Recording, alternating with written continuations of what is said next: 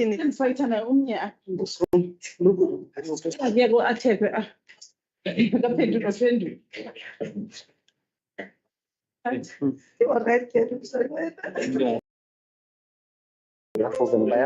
The brain.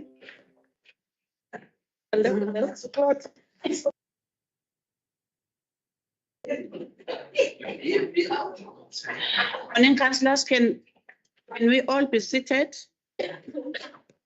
We are about to start now our special municipal council meeting.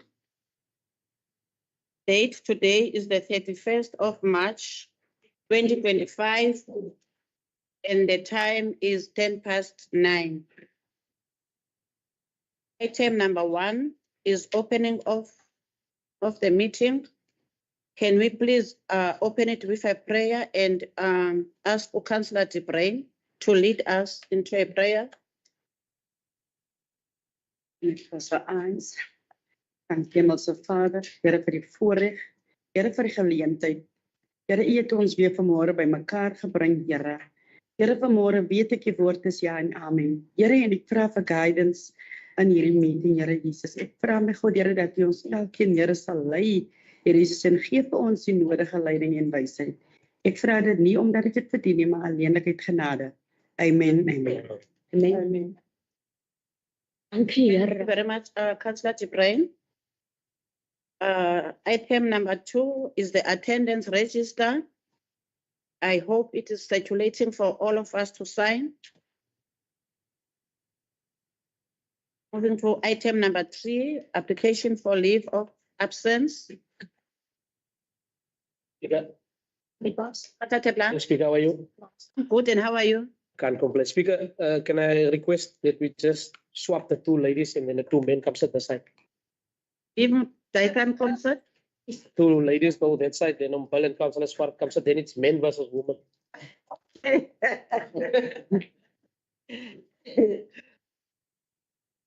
That's all our done, yes. Application for leave of absence. All councillors are present. Declaration of interest. Is there any councillor who would like to declare? Councillor Mangaba? Morning, Speaker, how are you? I'm good, and how are you? I'm doing very well, thank you. Speaker, I'm not sure where to actually post this in the agenda, so I thought I should just ask you now. Have you received my email? Yes. And are there any changes that you want to actually apply on the agenda itself? Because I was hoping to actually see the third motion of questions. And on the agenda, there's just 2.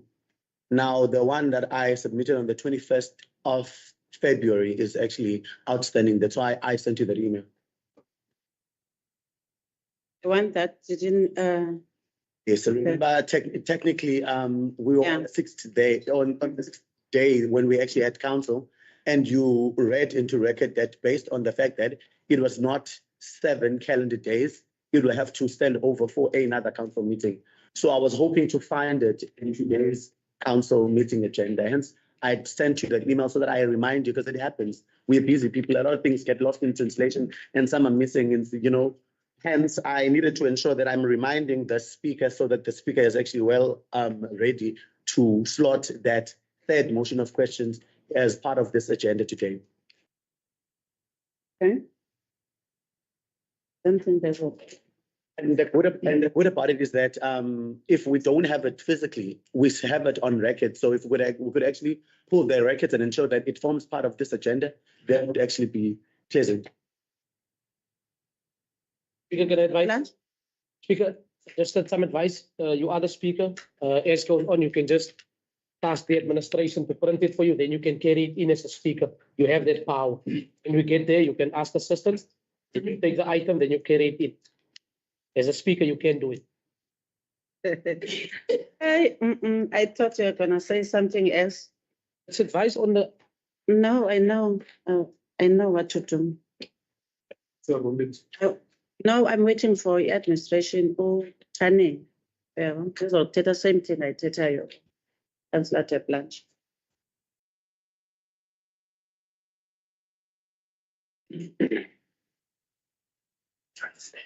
Yeah. Just finish with the touch. That is the marriage.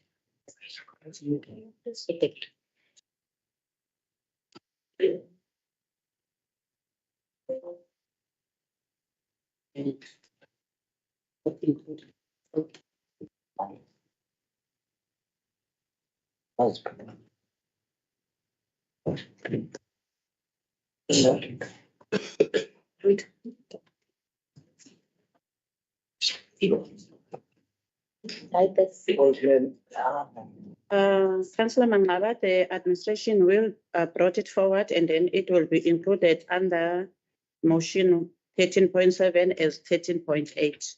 Thank you very much, Speaker. Confirmation of minutes for previous meeting. Can administration please take us through? Item number 5. With the minutes of a special council meeting of 27 February 2025, starting on page 7, 8, 9, 10, 11, 12, 13, page 14, 15, 16, 17, page 18, 19, 21, 22, attendance registers 23, 24, and 25, 26 and 27, and that concludes the minutes of 27 February 2025. The minutes are 7. Is it true? Is it a true reflection of the minutes? Councillors? And if all the councillors that are paid for this job always leave it to me, I want part of their pay. Yeah. I propose that we accept the minutes. Thank you, Ompia. Second by Councillor Olivier.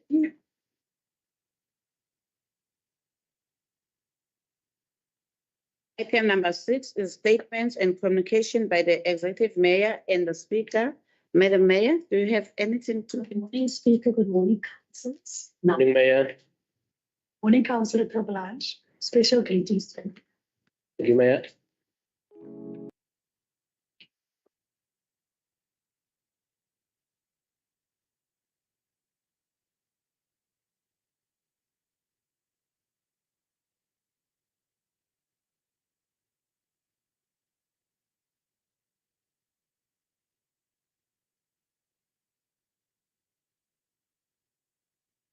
Are you having a statement, Madam Mayor?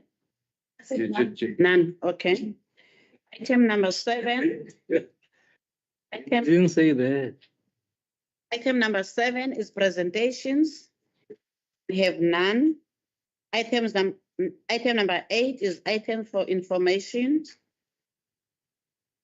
which has been dealt with by the executive mayor. Items of delegated authority.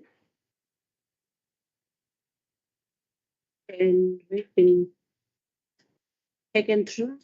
With the items for information as dealt with by the executive mayor dated 24 February 2025, starting on page 29, 30. And that concludes the items as dealt with by the executive mayor. Item 7.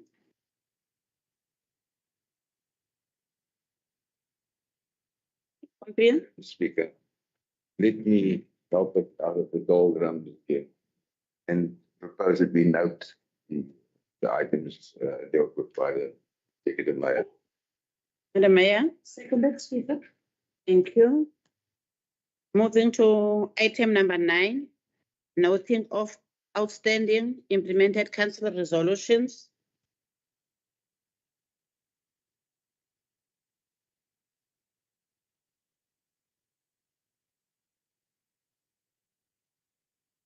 The detailed list of outstanding council resolutions as extracted on 27 March 2025, starting on page 32, 33, 34, and that concludes the outstanding items. Item 7. Councillor Bangaba. Speaker, if I may just remind this council, the last we sat here last month, in a special council meeting, we had raised concerns with regards to the grant and aid information that is actually not out for the public. And then I got a confirmation from the municipal manager as well as the mayor that there's nothing to hide and that information will be published. To this day, it's not published. And it's something that I'm hoping to report back on my report back meeting. However, I want to be clear that I don't have malicious intentions around it. I just want it shared to the public so that when I share the information, it's based on the information that is actually from the municipality with regards to the grant and aid, which was approved in December last year.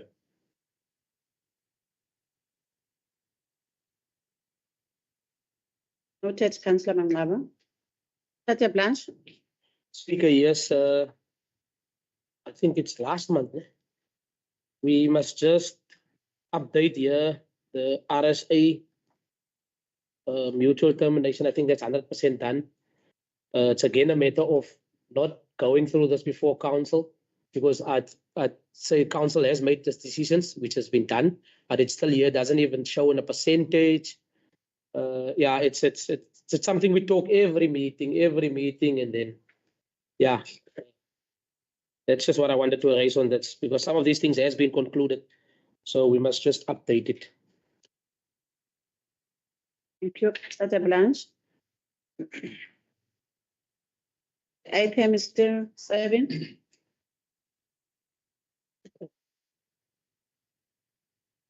Any proposal and seconder? Deputy Mayor. That's what you have noted the items for us to. Thank you. Seconded. Madam Mayor, seconded. We are moving now to item number 10, which is the consideration of reports.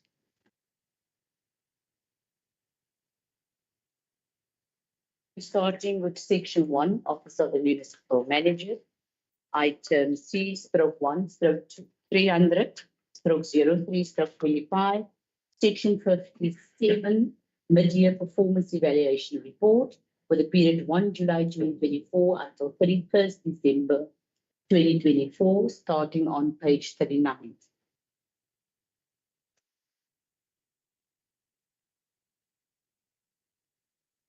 You good? Item 7.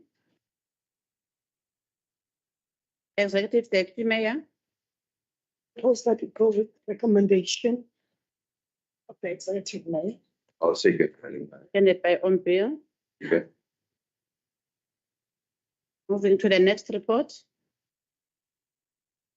C/1/302/03/25, Municipal Public Accounts Committee, Oversight Report for 2023-2024 financial year, page 48.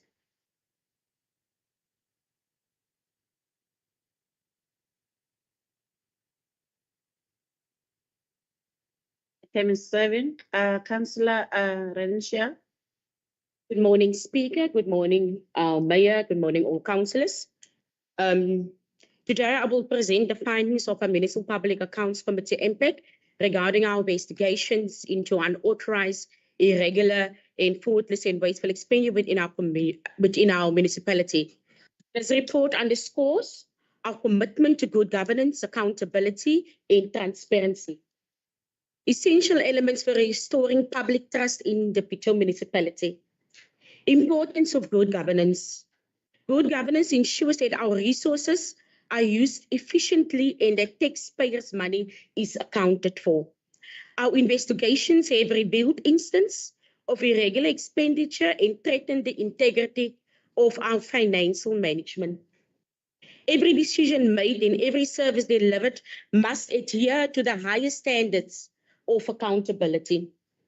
The residents of Bitou deserve transparency, assurance that we act in their best interest. In our duty to uphold these standards and rectify any identified shortcomings. Sorry? You pulled the item on the oversight report, but Yes, I'm concluding. I'm taking it, everything, yes. I was listening to the fruitless advice for expenditure. It's all inclusive in our oversight report. Thank you.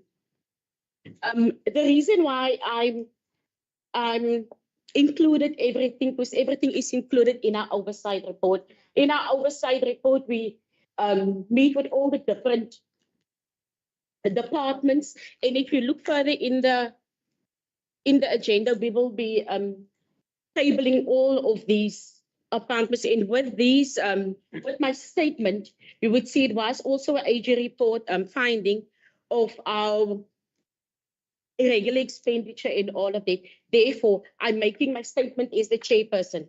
Thank you. And one thing that we need to consider is leadership through accountability. So I would like to thank each and every official that adhere to the responses and avail themselves for the investigations. And that we need to restore and foster confidence among residents, investors, and lending institutions. Building public trust, investor confidence. Public trust is earned, and we have the opportunity to rebuild it through the device actions. Engaging openly with our community about our findings and outlining our plans for improvement will be essential. Moreover, a municipality that operates with integrity attracts investments. Investors and lenders institutions are more likely to engage with us when they see a commitment to sound financial management. Commitment to outstanding matters is impact. As you can see in the report, there were a few outstanding matters that AG basically lined out, and we can ensure the community that we as MPEC is currently busy with the investigations, and therefore I propose that we will go with the recommendations as it is stated in our oversight report. Thank you. Thank you, Councillor Valamsa. Any seconder? Dave? Thank you, Speaker, on the second report. Thank you. Councillor Kafai? Thank you, Speaker. The councillor's statement was of dignity. It was a statement of the mayor. I don't know who's the mayor here. Man. Okay, thank you. Thank you very much, Yes. Councillor Valamsa, for your dignified statement. We move into the next report. Item C/1/303/03/25. Municipal Public Accounts Committee report on fruitless and wasteful expenditure. SARS, South African Revenue Services, page 108. Item 7.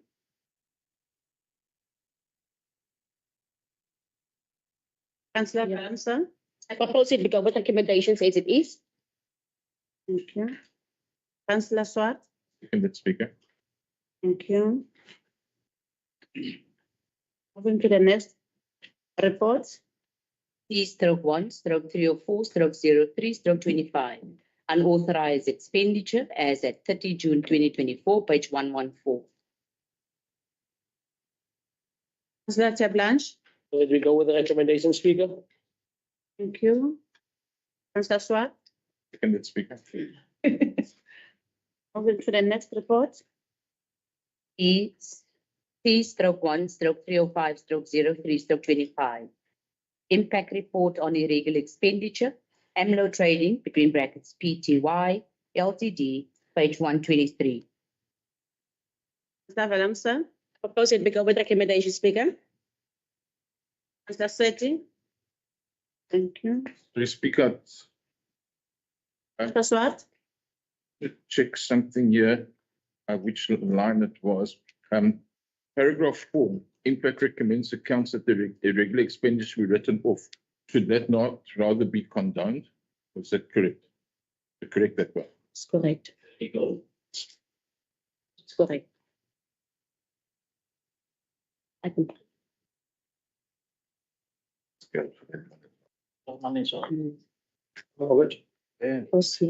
Next item. So, Speaker, I just want to check, are we on page 23? On, under recommendation, number 1, shouldn't it say that, council? Instead say regular, it says. Instead of impact. So I think it must be council, because impact is into council. They must be on selection. Administration, do you get that? Impact council. On to the next item. Councillor Mangaba. I'm not sure how correct that change will be because it says they're recommended by the Municipal Public Accounts Committee to council. So now, as long as the administration knows what to do, because for me, it just doesn't land right. Madam Mayor. Makes a recommendation council for council to note. So the item cannot say that recommended by the Municipal Public Accounts Committee, and then it says that impact notes the attention. Council must note the report from impact. I don't know, maybe administration rights. CFO, The mayor. can you assist? Mayor is saying. It's correct. Sorry, then also, Set up. if you read it, then I think shouldn't 5 also then change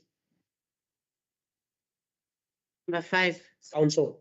It's Can it say impact, it counts, and it should be there also council, because if you take 1, then 5 must also council, because it's no longer impact that takes, you see, so 5 must then also from impact to council.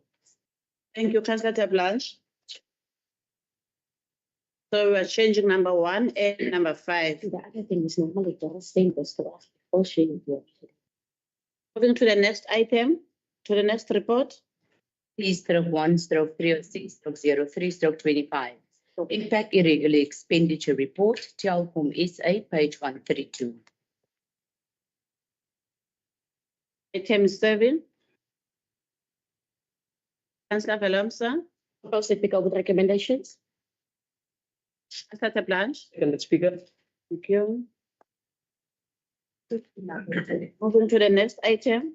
Please stroke 1, stroke 307, stroke 03, stroke 25. Adoption of the amended draft 2025-2026 integrated development plan between brackets IDP, page 155. Item 7, Madam Mayor. Thank you, Speaker. Speaker, when I read through the document, I saw there was some errors. Some of the information, page 297, it's still outdated. It's a portfolio committees is outdated. And then also from page 310, there's various instances where it refers to the 2026 financial instead of 2020. Am I correct? Sorry, it's correct now, 2025, 2026. No, 2026, 25, 2026, correct. But then also on page 296, it refers to the executive mayor as a male, and it's not a him, it's a her. It's a female. So just check the information on the portfolio committees as well.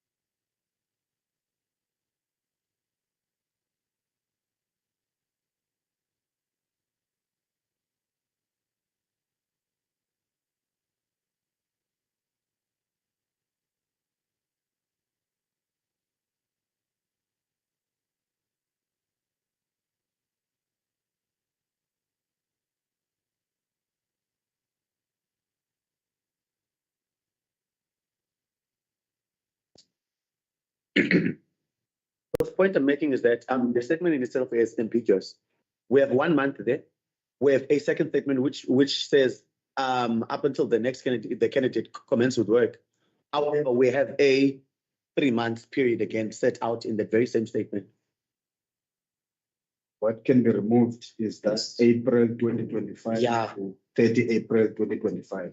We stick with 3 months. The period not exceeding 3 months. Now, if we remove that, then there's clarity. Take out the April. 1st of April 2025 until 30 is, it's gonna be, must be removed. There's nothing wrong with being pedantic, Councillor. I agree with you. Moving to the next report.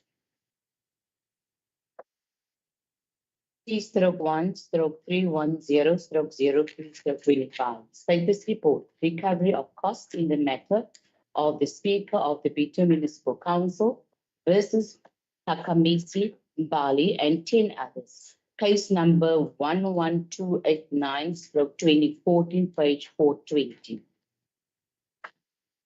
Mr. Speaker. The item is serving on beer. Madam Speaker, this item, I think, has not been fully investigated. I think it is not complete. And in some ways, it's outdated and not representative of what we are dealing with today. I think it requires further investigation. There are further items where cost orders were made much more recently, which is more apt.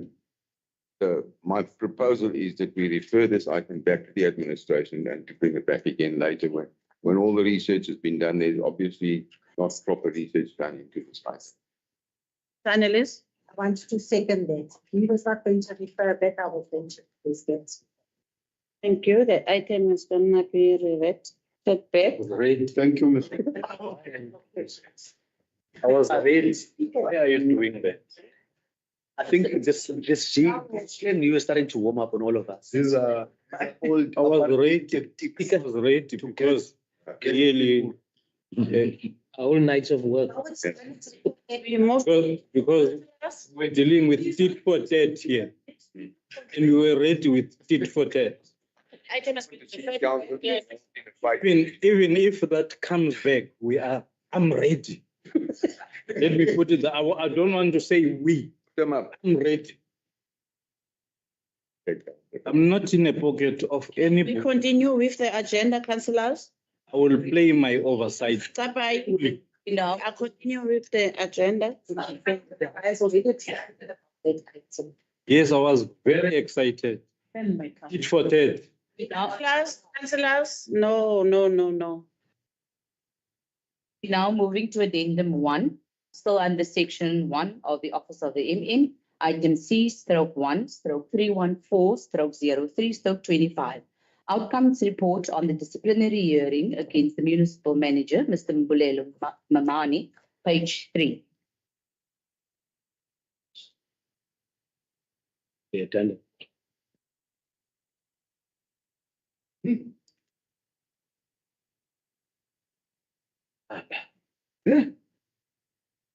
This is taxpayers. The item is serving on bill. I think Councillor Plant was before me, Madam. Under the plans. Yes, Speaker, if we go to page 17 or page 17, yeah, Go to page 17. Much enough. Which- Speaker, I don't know if we are dealing with a correct report. Today. I and if you, the Mr. Eugene that I know has passed on. He has passed on, Speaker. Hey, long. The Mr. Eugene that I know, he has passed on. Council, You. and Speaker, WB, what was Speaker, that? also, AWB. also, if you took there, we have not appointed a speaker in 2024. I wasn't the speaker in 2024. Yeah, that is a correction. I think the speaker forgot. We were meant to say at the beginning that that's a typo error on not Eugene Terblanche. Definitely not. I was born in 1985. The whole Western Cape knows my name. You cannot do that. Speaker, therefore, I would advise this council that we refer this back, because even it can be a typo in SMTs. We don't work with SMTs. The ambulance people work with that things. SNTs. I would advise, I would then propose that we refer this back, Speaker, because there's a lot of things in this that I'm not aware of, but my name is being mentioned in the report here. Madam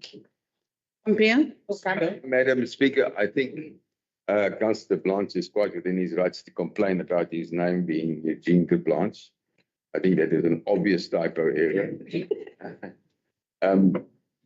Although he's as passionate as Eugene Blanche may have been, but and I have my concerns about overly passionate people, but I will accept his argument.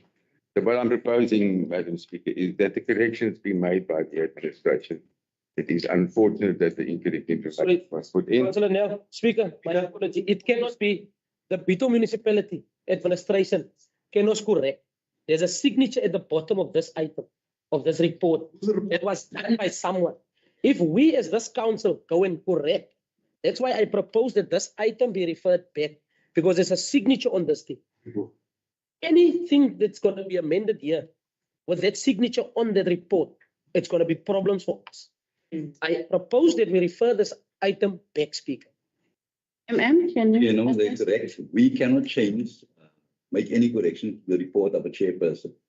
However, once the correction, we've approached the chairperson to say, look, there are two factual errors within the report, please correct it. We didn't get it back in time. But I don't want to jump it, but we're going to bring the item back, request the chairperson to correct those errors and bring it back. What we must please remember here, we went through a process. We appointed a chairperson, we appointed a prosecutor. We spent huge amount of money and we got an income, an outcome.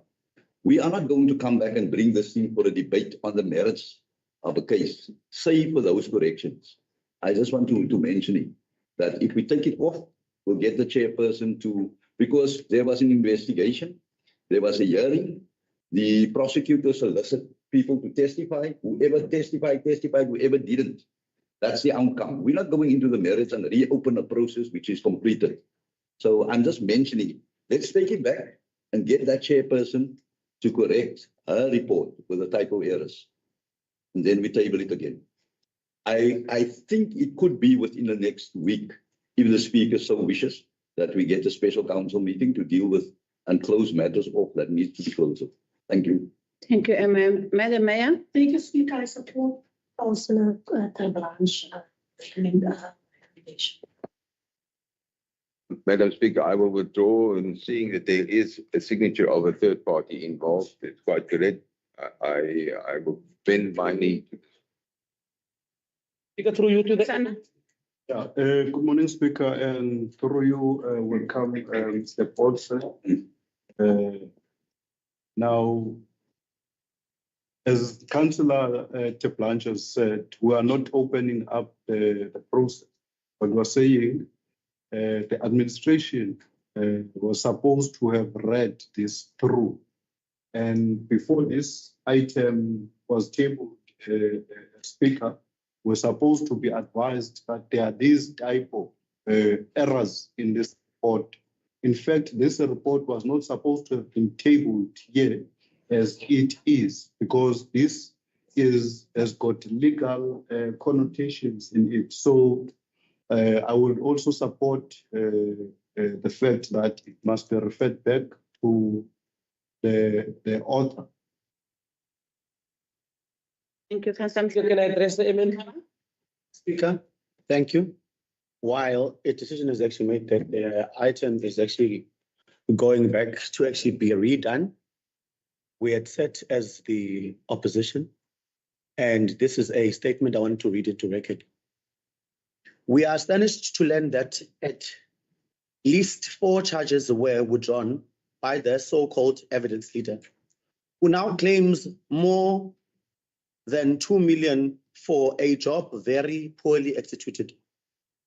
The question is, with whom did this evidence leader consult and took instructions from to withdraw these charges? And on what basis these charges were withdrawn? We need full details of what transpired.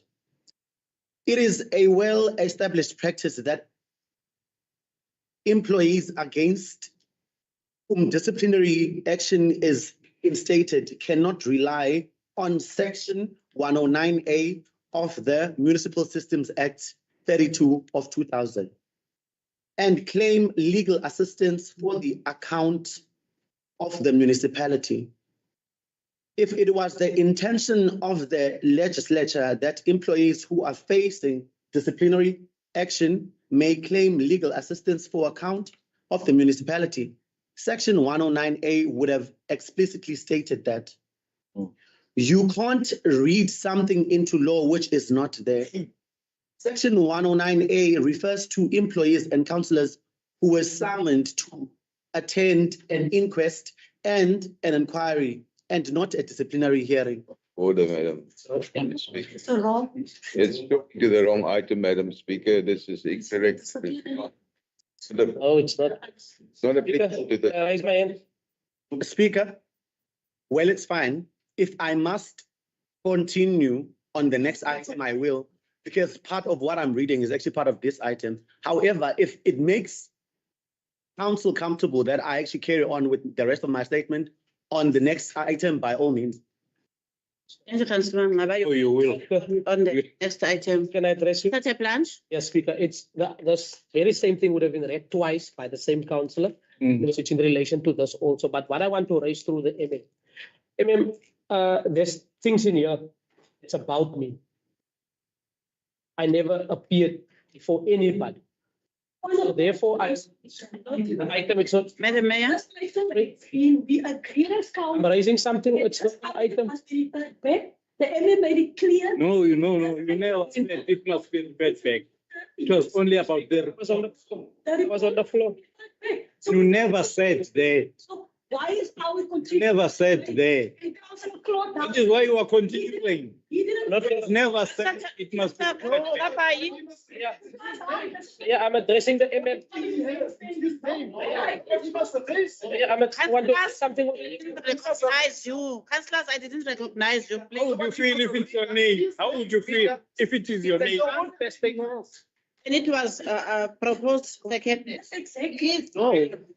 Let us move to the next item. You need to raise concerns. You need to call the executive to order. Can you please move to the next item? No, but Speaker, you need to call her into order. Moving to item. She can't. You all into order. All of you. Call the executive into order. You can't say it when Councillor Claude is actually highlighting the fact that his name was mentioned. And then she said it's standing. She feels. I didn't recognize you. Madam Mayor, can we please now? Not to this. Madam Mayor, can we please now? On a point of order. How many did not go? No. Speaker, on a point of order. How many did they go there? Addendum to item C/1/315/03/25. On a point of order. No, how it. Representation in terms of section Guru. 109A of No. the Municipal Systems Act 32 of 2000 by Mbulelo Mamani, between brackets, municipal manager, page 3. Councillors, the item is serving, and this item we are referring it back. We've drawn the item to a next special council meeting. Thank you. Speaker, shall I carry on with my statement? Speaker? Speaker, please closed. Madam Mayor, Speaker. Madam Mayor, I recognize you. Yes, thank you, Speaker. Since, let me start by saying that I have communicated to the Speaker in this regard, and I wish to bring to the attention the reason why we are referring this item back is that my office still needs to deliberate on this. And we have not had time to properly consult. So this is, so I am referring, and we are not going, if they want to deliberate on it, it has been referred back. They must wait for it to come back. Thank you, Speaker. No, but Thank you very much. No, I can. But why? No, please. We have the right to shut this down. Administrations. Speaker, can I? Last, What do you mean, Mr. White? The item has been withdrawn. From the beginning, I said we are not gonna continue with this item. It has been withdrawn. So if you want to elaborate, you'll wait for the next special council meeting when the item is being said. We were not informed about this item. Speaker. Moving Just to the next. Proposer, a second on this one. That's what I wanted to say. There's no proposer. Speaker, you need a proposer and a I second. can't hear anything that I'm asking the administration because you are making noise. Please, can you respect me when I am speaking? The Madam Speaker, can we get a second on this item, please? The mayor goes through the withdrawal. yes, you must come. That's why. Mayor again. Dave, Analyst. the mayor, man. I will vote for you this time. Now moving to section 2, finance, item C, stroke 2, stroke 70. Yeah, I'll give you my vote. 25. Tabling of Rest of- your budget 2025 stroke. Please, you are making noise and an item is being served. No one can hear what has been said here. Oh, but Speaker, No, the public want to hear what you are saying. you're going to render this council ungovernable if you keep like that. Somebody- Stop bullying us. Did you No, I do not bully you. not see my name up? No, I didn't see it. Did you see my hand? I didn't I've been raising my hand ever since. I didn't see it. I raised my hand before you took a second. You decided to take a shorter route. Baba, keep No. on interrupting me. No, ma'am. I'm speaking. No. Keep on interrupting No. me when I'm speaking. Oh, you are abusing your I'm power. gonna take out. You are abusing your power. I'm taking you out. No.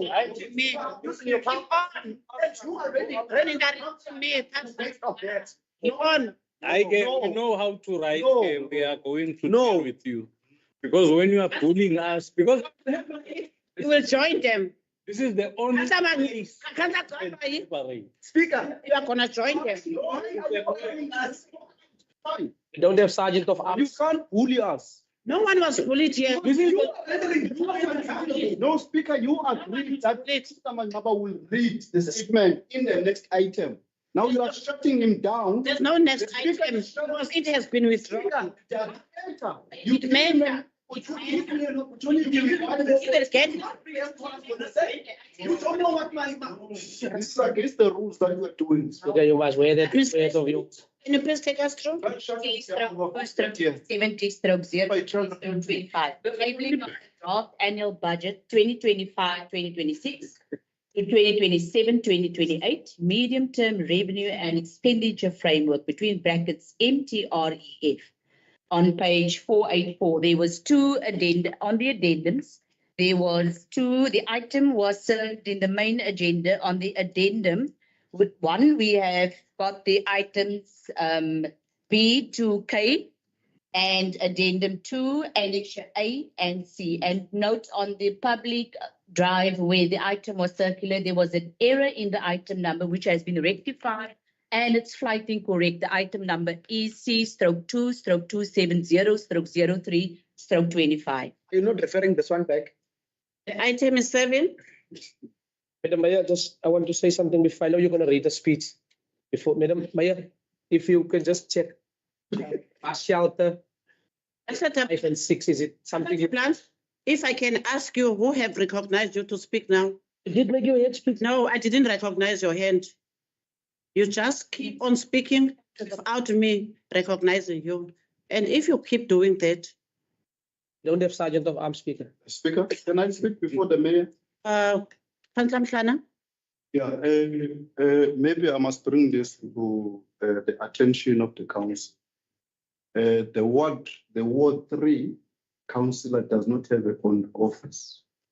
And when I looked at this draft budget, I have not seen any provision made. I'm not talking about myself. I might not be a councillor there in 2026 and beyond, but I think the people of Ward 3 deserve to have a proper office where they can be consulted.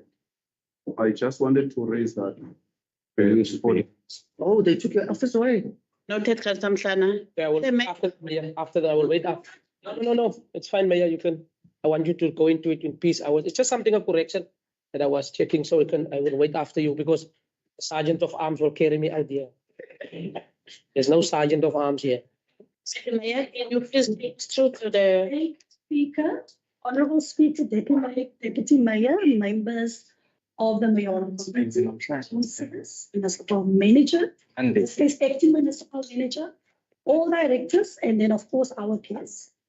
I'm tabling here the 25-2026 draft budget in council today. And this budget has gone through rigorous process of deliberation, negotiation, prioritization, and careful consideration of the needs of the community, and especially the impact that the financial decisions will have on the livelihoods of our communities. The budget table here today has primary focus towards enhancing service delivery, to addressing infrastructure backlogs, and creating an environment for investment that would ultimately lead to economic progression of our town. We have managed to, as a current coalition, we remain steadfast and resolute to maximize the opportunity granted to us to make a positive impact on the livelihoods of our communities. It is the first budget as the mayor of Bitou municipality, but also a first for all female executives to table a budget here this morning. We have, despite all our challenges, still remained to deliver on our commitment to provide our communities with top-class and reliable services while striving to create an environment suitable for investment and economic progression of our residents and visitors alike. Now allow me to provide a brief summary of the municipality's budget. The operating revenue budget, excluding capital transfers and contributions, amounts to 1,067,974,106 rand. So it's basically, I think, the first time that we're moving on over the 1 billion mark. The bulk of the income is derived from assessments, rates, and user charges. Now, following our budgeted in-service delivery, Speaker, I will not read everything out. I'm just going to give a brief overview. The direct allocation to service delivery departments account for 73.80% of the total annual budget. And another thing I would like to also highlight is that out of our budget goes to the provision of water and sanitation. And then, Speaker, what I also want to point out is that we would like our communities to participate, especially when we go out in public participation. And also, I would like to once again invite everyone that qualify for Indigenous subsidy to apply for the assistance that is available. Qualifying Indigenous households will receive an Indigenous support package consistent of 50 units of free electricity, 6,000 liters of free water, as well as 100% subsidy on a standard household refuse and service tariffs per month. Basic charges in respect of these services will also be exempted. And then, Speaker, also to point out and remind our community that households with a combined household income of less than 5,000 per month will qualify for a subsidy. And in addition, there are two households with a municipal property valuation of less than 350,000 will also be exempted from payment of assessment rates. The community are encouraged to partake in our public participation programs, plans, and strategies to ensure that our plans are in line with the community needs. We consult to our IDP process and determine the community needs. And I would like to thank all the stakeholders, members of the public, organizations, and interested parties that have participated so far with input in the budget processes. You will henceforth be taking the budget and the IDP revision to communities. I think the date has already been publicized on our website for further input before the final budget is presented to the Municipal Council for approval. And I would like to urge and I invite all the communities to please partake and participate in this very important process. In conclusion, I would like to thank the members of the Budget Steering Committee, the Municipal Manager, the Acting Chief Financial Officer, and staff in the IDP and budget offices, directors, and other personnel who have contributed to the preparation and finalization of the budget submitted here today. Speaker, I therefore table the draft budget for the 2025-2026 financial year and MTIF as well as the budget related documents for consideration and public participation. Thank you. Thank you, Madam Mayor. On bill. Thank you, Speaker. I propose that we go with the recommendations by the Executive Mayor and accept the budget. Speaker, Councillor Tablanche. before Councillor Olivier is rushing, I was asking, because I'm sitting in various meetings. I've seen Madam Mayor has pointed out bus shelters for 5 and 6. So in school meetings, it's normally your Ward 1 and your Ward 7 that's complaining about bus shelters for the kids. So if it's a typing error, I understand, but 5 and 6, it's actually where they get off in the afternoons. So the problem is normally in the morning when they get to the bus. So there, I was just thinking if the bus shelters can speak to Ward 1 and Ward 7. If perhaps All the wards, sorry, I mean all the wards, sorry. Islam Sana, were you also gonna say all for all the words? Yes. We are transmitting 2,000 kids from Ward 3. Thank you. Wards, bus shelters. And you are also seconding? Thank you very much. So, Speaker, if I can just mention that the provision of these bus shelters was a very difficult thing to get back onto the budget because we were forced into a lot of budget cuts. And bus shelters was one of the items that would have gone, but the councillors put up a big plea for the communities to get these bus shelters back onto the budget. So I just thought it's worth mentioning so that everybody knows that it wasn't an easy decision, but because it is so important, and particularly as Councillor de Plants rightly pointed out in Ward 1, and from my knowledge, it is a dire need. So I think it's a necessary item for all, and we will try our utmost to put the money there to do it. It's not your mind. Thank you very much. Term is proposed and the term is seconded. Can we now move to the next item? Section 3, Corporate Services, 3/3/281/03/25. Progress Report on Individual Performance Management System, February 2025, page 487.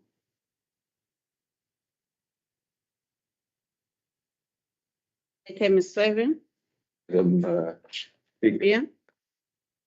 I am happy to see that we are progressing on this long outstanding item. Performance management has been a serious concern of mine for the past 2 terms already, that it has still not been fully implemented, but I'm happy to see that there is progress and that we await the final implementation of this in its full sense of the word. So therefore, I will go with the recommendation. Note the item. Deputy Mayor. Mr. Recommendation. Thank you. Moving to the next report. Item C/3/282/03/25. Report on enhancing workplace trust and well-being, page 490. Item is 7. Deputy Mayor. I go with the recommendation of the Executive Mayor. As you can see that there's some items that are extended there. And also want to make mention that please, the managers must always take note of things of gender, the type of work, people that must be given to them. and not just taking advantage that people have applied, so we'll just be spiteful and place them wherever. We can never see an issue where people are coming in healthy, but when they leave this municipality ill every day just because that managers are strategically and more being considerate or empathy to the people, especially the people that are exposed outside. The gender mainstreaming supposed to be something that all managers, directors, supervisors always take and consider them. So I'm standing here to say, whilst we are looking at performance and also affording opportunity to people, but let managers be very much mindful with the things of the gender. It must be mainstreaming. So I'm just putting this across that our women are getting sick outside and the managers are not considerate. So I'm saying that let's recommend what it's said. Councillor Olivier. Second proposal. Thank you. Next report.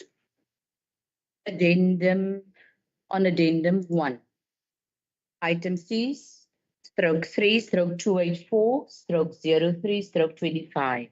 Submission of the working document on the review of the delegations register for noting by council, page 610.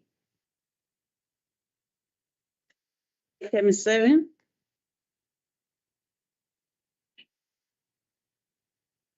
Madam Speaker. Yeah. As we go with the recommendation. Seconded. Thank you. Delegation. Didn't say. Next item.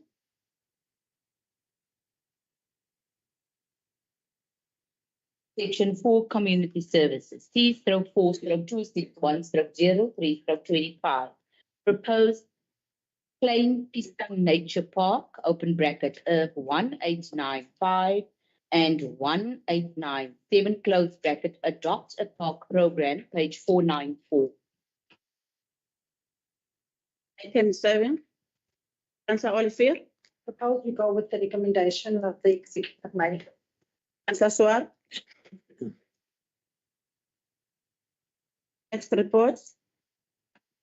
C/4/262/03/25. Request for permission to re-enter negotiations with SANRAL for the transfer of land for regional cemetery, page 507. Item 7. Councillor Olivier. Suppose we go with the recommendation of the. Councillor Mangaba. Thank you, Speaker. Speaker, I'm really perplexed just going through the item in itself because for the past 2 years, we sat in this council and there's been budget allocations for our regional cemetery. And when we go to our public meetings, IDPs, you find that even comments from officials and the presentations are around the fact that now we have secured ourselves space for for a regional cemetery, which is the spaces that people are complaining about in Kwano will be something of the past. But now here we are sitting here, there is still an agreement that must be entered into, or a negotiation rather, between the municipality and Central. Now it is quite confusing because I've asked officials, and especially at planning, where this is concerned, and I was told of applications of EIAs that were actually done. How were we able to actually do EIAs on a land that is not even ours? So I really am confused where this is concerned. I'm not sure whether intentionally do we really want to have this regional cemetery, or is it a pipe dream that we sell to our people every time we actually come into these public meetings? Because as you would be aware, Speaker, that in all my IDP meetings, all people ever talk about where cemeteries are concerned is the fact that there's no space.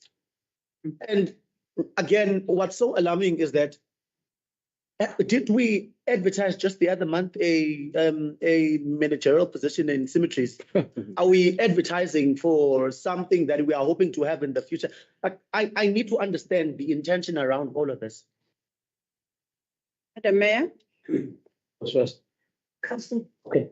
Go, the Mayor can have preference. I will go after you, Mayor. Okay, thank you, Speaker.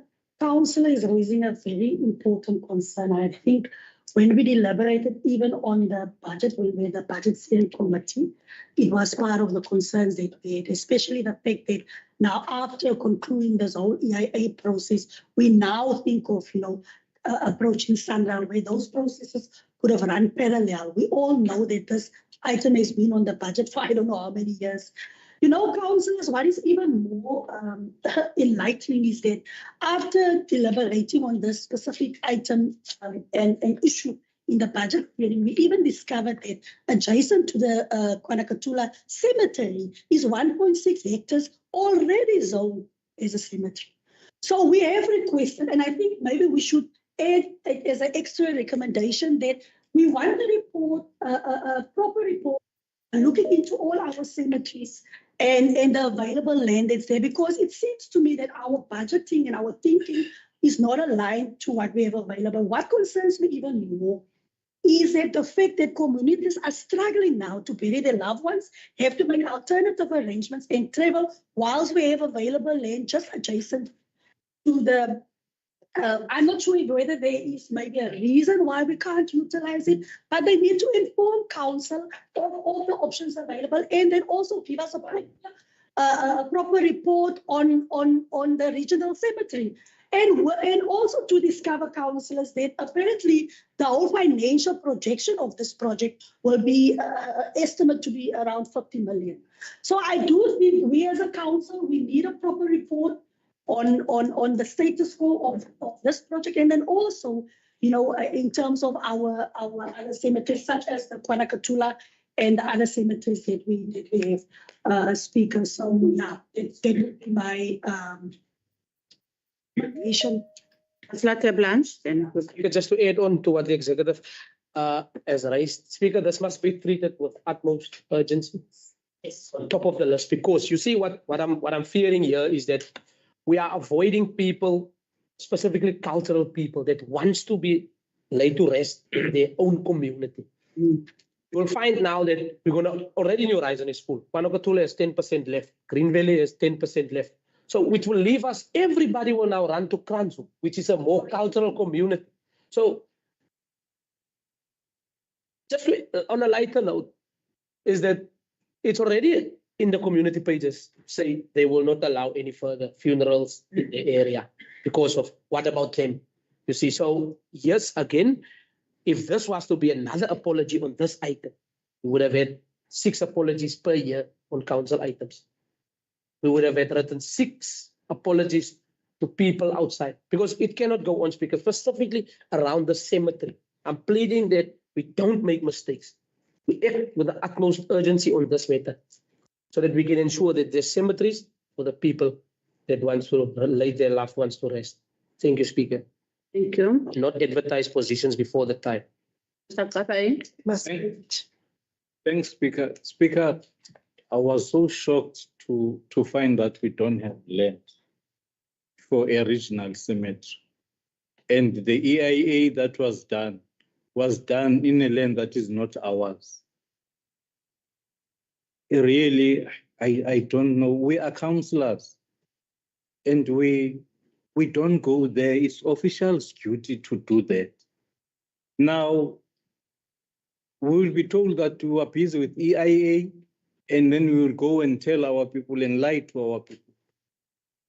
How are they going to say now? What are they going to say to the communities that we don't have land and we are still going to do intergovernmental relations with Sunrise? We are not sure whether we are going to get the land, you see? And also, through you, Speaker, the mayor is talking about land in Kwanakatula. There's no land there. We can't put our people in that dump. It's a steep place. Climatic conditions tell us. People are telling us that you can't bury your loved one in a steep slope where drainage is going to go straight into their graves. We don't have land in Kwanakatula. I don't know whether you want Kwanokutula to be a grave site. We can't allow that. It was only done by officials to say, this site is full, we've got at least this portion, because we are busy with the original cemetery. And we allowed that. Now the mayor is telling us that there's land in Kwanokutula. You are misled that there is land Kwanokutula. We can't be told that there is land Kwanokutula. Yes, it might be land, true, seen with the naked eye. But would you, as a mayor, put your loved one there? You can't. You see, I don't know what we must do as councillors, because really we are friends with these officials. We can't even punish them. We can't. We select whom to deal with. There are so many atrocities that are done by officials here in this council, telling lies to council, and yet we're not doing anything. That thing is a matter of seriousness. It's not about building houses anymore and lie to people that are going to build houses tomorrow. A grave site, it's a very important area where our people must live peacefully. Thank you, Councillor Kwabai. Councillor Wampin.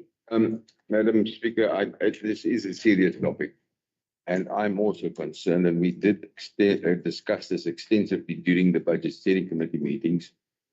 The thing that I'm listening to Councillor Kwabai, and I'm taking note of what he's saying, and I hope that what he's saying is not forgotten.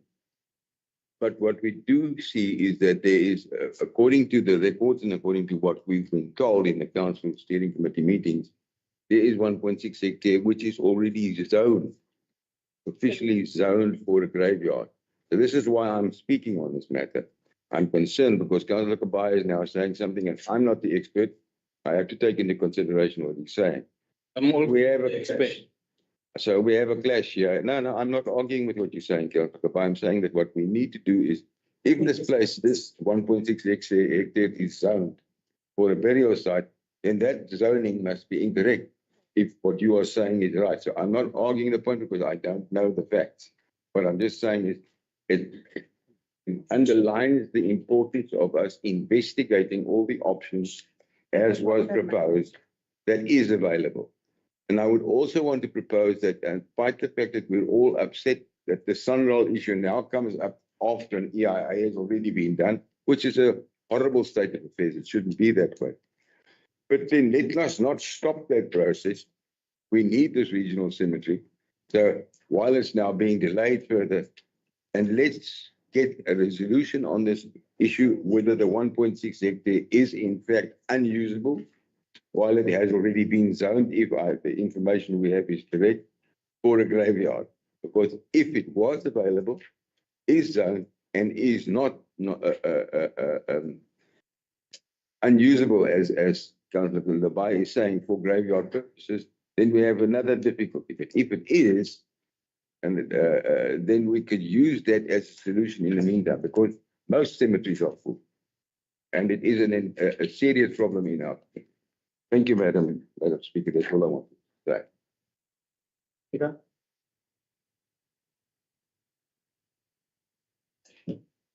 Peter? Councillor Swart. Thank you, Speaker.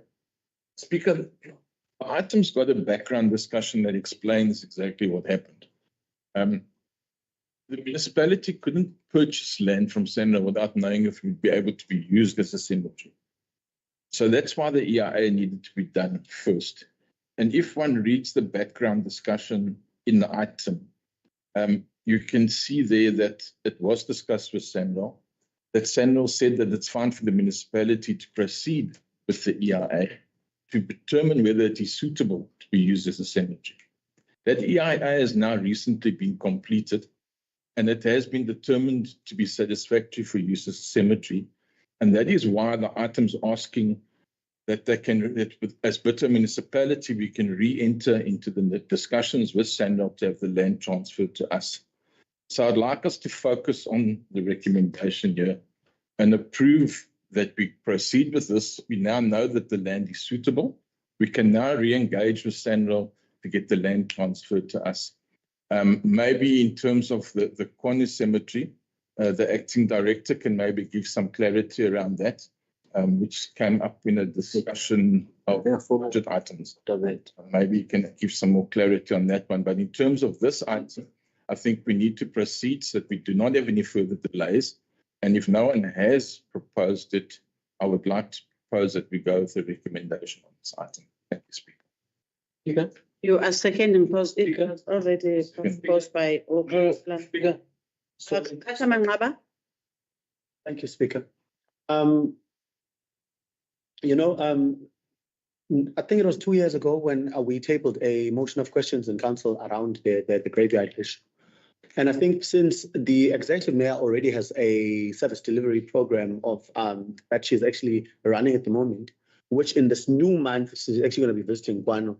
I think it must also be prioritized that she actually she takes a team to go see the land, because the presentation was done here in council. However, obviously it was done through maps and GIS. That's perhaps the reason why we thought of it as a perfect space for burial.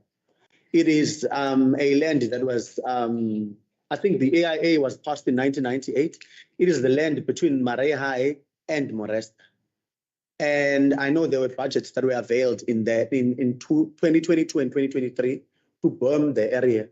There's power servitudes running in that area.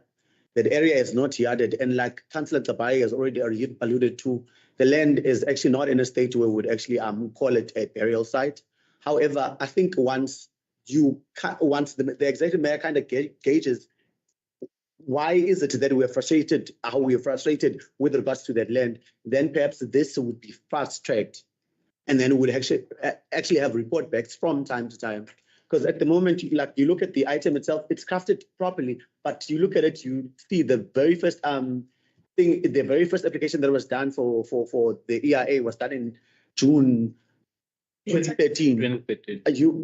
There is no trail or communication or reports thereafter to tell us, okay, in 2014, this was the report back, 2015, this is what we tried, and I so hope that the negotiations run swiftly and there's a success. Because if they're not, we would have wasted money on just these applications for this negotiation to actually fall flat.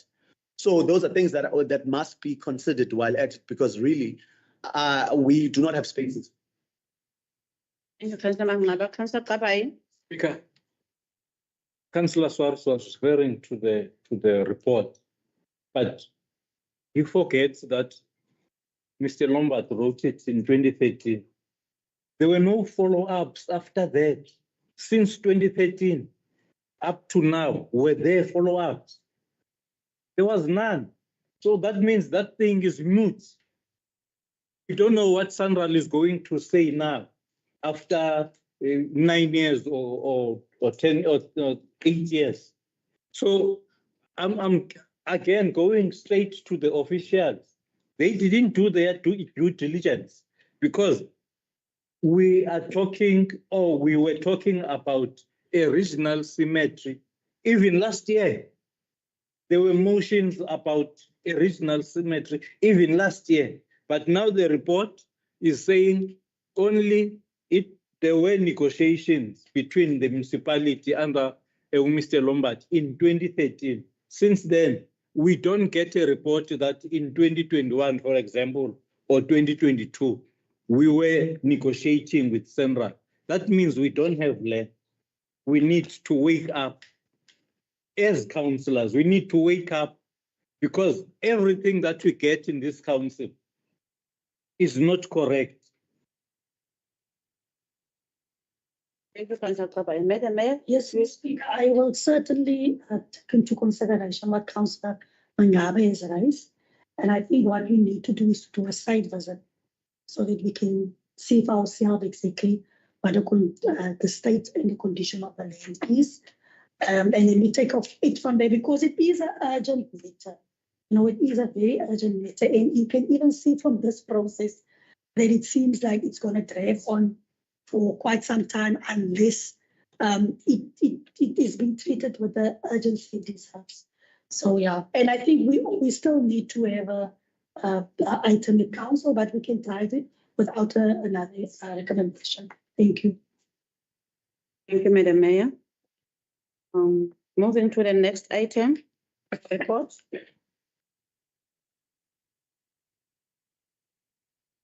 On addendum 1, still for section 4 community services, item C/4/263/03/25, maintenance of municipal immovable properties, page 1055.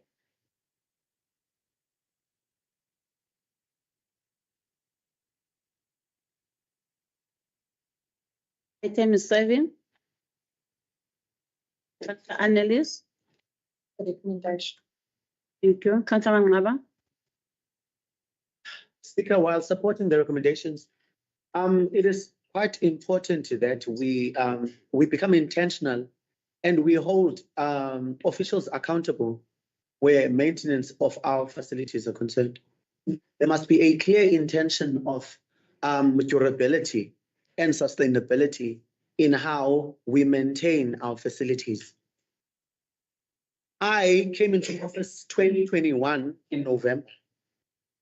And then I know there was a small tender that was actually issued for paint and office equipment. It was substandard, to say the very least. It was something that I could easily go to the Pakistani store and get myself a 5 liter of paint and actually do the job myself. We need to quit this idea of just doing maintenance for the sake of, because we are wasting so much money where that is concerned. Councillor of Wateri now is sitting without an office based on short-term approaches to dealing with facilities. You walk into revenue, it's embarrassing to say the very least. There's actually buckets everywhere because there's leaks and there's this and there's that. And it speaks to exactly how we are okay with substandard when it comes to maintaining our properties. You visit the house that is occupied by Councillor Tel Blanche, you realize most of maintenance that's done there, he's doing it from his personal capacity because we've been waiting for this municipality to actually show up for our facilities, and none of that seems to materialize.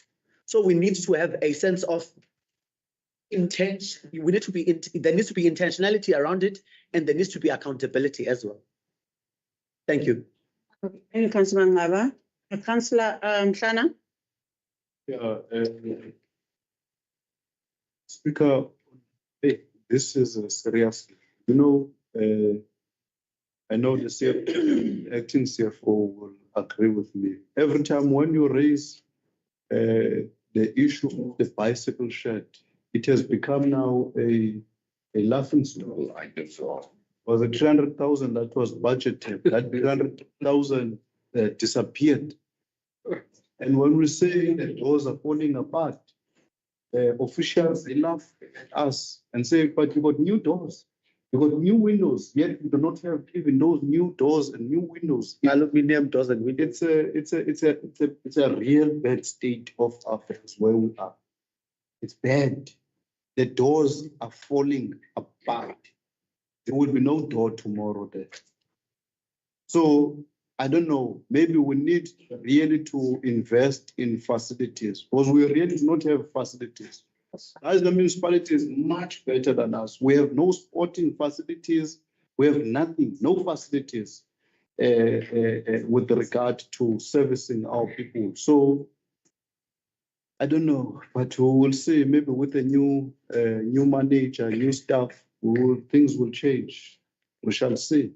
Only time will tell. Mr. Swart.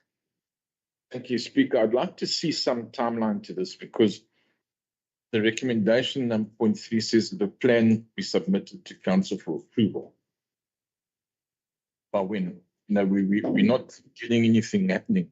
We're just saying we need a plan. So I'd like to see that either be for the April or May council meeting then with a plan of action going ahead.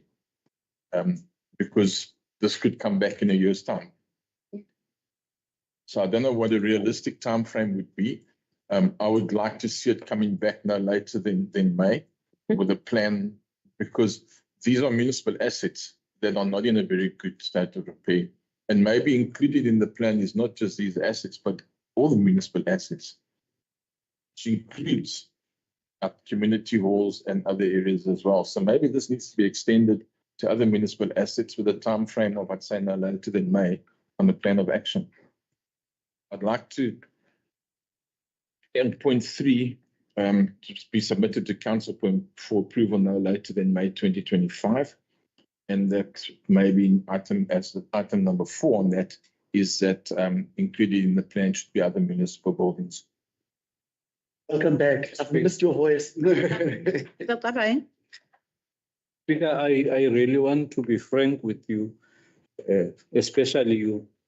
It's an indictment to you that a councillor does have an office, because we are your responsibility. You should have taken up this matter a long time ago. You see, I can't explain it that a councillor has been writing emails and there have been exchanges, officials responding back, and yet you were not part of that. You see, so really, I think that is must be on top of your desk, that the councillor must have an office, because really we will term it the other way around that you are dealing with, because of he's in opposition. Yeah, because you can't look at us councillors and see ANC on my forehead. You must see a councillor that is under you. You do something. Do something. Otherwise, we are going to write about you that you don't care about your councillors. And if your councillors, you don't care about them, how are they going to perform out there? So you must do something, please. Councillor Msana must have an office in that ward. I will community must speak. We don't need toys anymore now. We are that community. We are against toys. Swart? It's the DA that was Madam, doing toys. The movers. They will go to Kwan or Kolweni and buy people to do toys. The Dave was the one I saw him at 11 o'clock at night, driving that bike, organizing toys. So as this side, we don't do that. We are a responsible government. Don't have money. The money has dried up. That's why I know we are very good in mobilizing. We are very good. We don't use money. Saying he's buying gold. Yeah, he's not very good in mobilizing. Oh yeah, I suppose your money is. It's not his people. Don't have money to buy. It's not his people. We can't mobilize. We are very good in mobilizing. Item. So what he does is Not seconded. Please, thank you. Seconded. You are seconded. Okay, Councillor Sweti. Say something quickly. Speaker, you entertained us. That is why you went. Call the Sergeant of Arms, Speaker. Speaker, thank you very much for allowing me to speak at last. Speaker, I am almost covered by the speakers that have spoken about the furniture and my office. Yes, it is there. I was accidentally walked in one of our offices here, I think in Asia. I don't know, the office is used by Bitou and Van Rooyen now.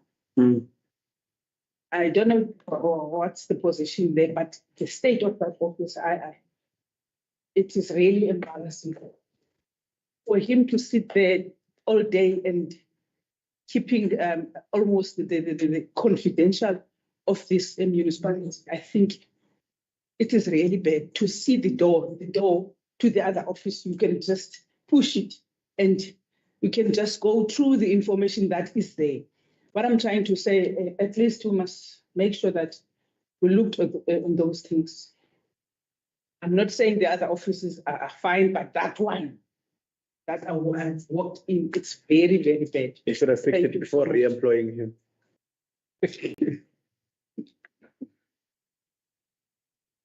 Councillors, Councillor Annelies. Speaker, before I just want to mention that there was a health and safety report, and I would like to see that they actually put those two together, because that will give us a lot of the challenges that all the councils are talking about. We had a health and safety report a few months back, and there's serious problems there.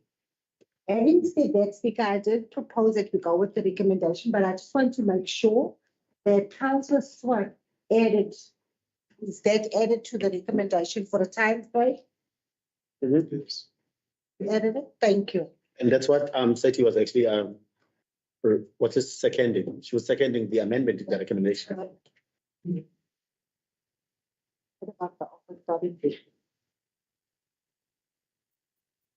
Proposed by Councillor Olivier. Seconded by Councillor Swart. Moving to the next report. Section 5, Engineering Services, item C/5/199/03/25, Capital Projects Implementation Plan, between brackets CPIP. Report for period ending February 2025, page 511. Item is 7, Madam Mayor. Thank you, Speaker. Speaker, we did monitoring Michael, and there was a proposal that I'm not sure if I'm going to use the correct wording, but it Kwanakatuna sewer line, the one that you spoke about, Mr. Felton, the designs and stuff that would be included in the prioritization plan. In the CPIP, can we add it? Suppose that we add it to the item, please. Councillor Swart. Thank you, Speaker. Speaker, I'd just like some clarity on some of the items. One of the items on page 512, we've got replacement of AC pipes. I'd just like to know what pipes and which areas, because we know we're not replacing all of them. We've got about 150 kilometers of pipes that need to be replaced. But we're seeing that replacements are being done, but it would be good to know which areas we're doing it in and how much pipe we're replacing, because that will still give us information how much we still have to do. And then I see also another item in the report, the sludge handling at Council Fillet, that we 80% complete and 100% committed. And I just want clarity, that's only the design. Nothing yet has been done in terms of any works at that plant, and how far we are from getting something done there, because we know that that plant needs to be upgraded. So that's just some clarity that I'd like on those two items that we're not seeing in the report. Mayor. Sorry, I spoke on the wrong item. Speaker, then also I wanted also the issue of the water treatment works in Kirtland, an update on that, because I know that we did lose the ground. So, yeah. Thank you, Speaker. Speaker, I've been making this entry for the past 4 years, that when we sit around these reports, instead of just these percentages that would mean nothing to us, would we be provided with pictures of what's done already? Because for me, I find it disturbing that, take for instance, the item 588 for construction of regional cemetery. It says we're sitting on 25%. What is that if we are still going into negotiations? This is the report. We sit here and we read the very same thing over and over again. We are fed cannon fodder. For instance, just last week, no, 2 weeks ago, I call Director Felton inquiring about the progress report on the Hymas light that was to be erected in my ward. I know there was a digging and wiring going on, but beyond that, there is no erection. I'm not sure what's going on. I call him. He told me blank that he does not have the information. In fact, I'm calling the wrong person. I should talk to the project manager. I tell him when I talk to an HOD, I expect an HOD to have answers. At the very least, if you don't have answers, you give me a turnaround time to return to me with the information I require. And instead of being assisted, he sends somebody else to actually call me. And I tell him exactly, I don't talk with entry level or junior staff. I'm council. I have HODs reporting to me and not the other way around. So I find that we sit in council and we read these reports. Yes, there's progress in this and that. What sort of progress are we talking about? Because these numbers means nothing if we are not shown before and after pictures. For us to know exactly the last we reported on this, we're sitting on this, and then now we are seeing this change. I know they come from a time where we were told councillors don't read. We sit, we make notes, we are aware of what goes on into these reports. That's why we question them over and over again, because there's nothing we can really present to our people. If you sit here and you are told you were sitting on 25% progress on the construction of regional cemetery, whereas there is no such. Thank you. Thank you, Mr. Mangaba. Mr. Mhlana? Yes, Speaker, I think in terms of 25%. I know in terms of service delivery, we are regressing. And that did not only start now, but I've noticed that we are regressing. So where we are when we started in 2022 after the strategic session and the decisions we took there, what I have noticed is that there is high level of ill discipline from officials. Officials are politicians now. And they are playing the political game than assisting us with service delivery. And that on its own, it's very problematic. And I so wish that the directors, although we do not have directors, Speaker, in some departments, but the directors that have been chopped and changed, active people that are given chance by council, would respect the fact that we are here for service delivery, not for political games. We can only play politics as politicians, but what brings us together is service delivery, using this institution to empower our people and transform the society we come from. So I so wish that one day we could have officials that will respect all councillors as part of council, not as part of political parties, whatever political background. So we are regressing, Speaker, in terms of service delivery. And there is no consequence management in all what is happening. We are just saying consequence management, but there is high level of ill discipline from officials. Speaker, to tell you, officials after meetings, they call us. If you raise an issue about a certain department, an official has an audacity to call you and confront you about what we have raised in the council meeting, which those are wrong. No official has a right to call any councillor and confront that councillor about an issue that was raised here. How light is that also? So we need Speaker to be really serious about service delivery. Thanks. Thank you very much. Who has proposed and who has seconded the item? Any proposer, the seconder? Actually, ask some clarity on 2 items, Speaker. I'll say there were no AC pipes. Stores. Editor? Thank you, Speaker.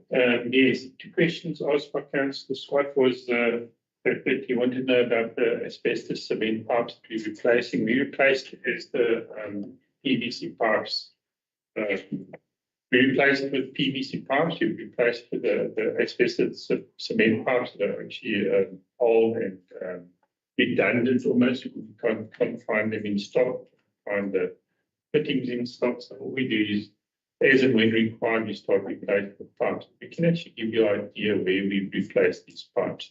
We try and replace larger sections that are necessary as budget becomes available.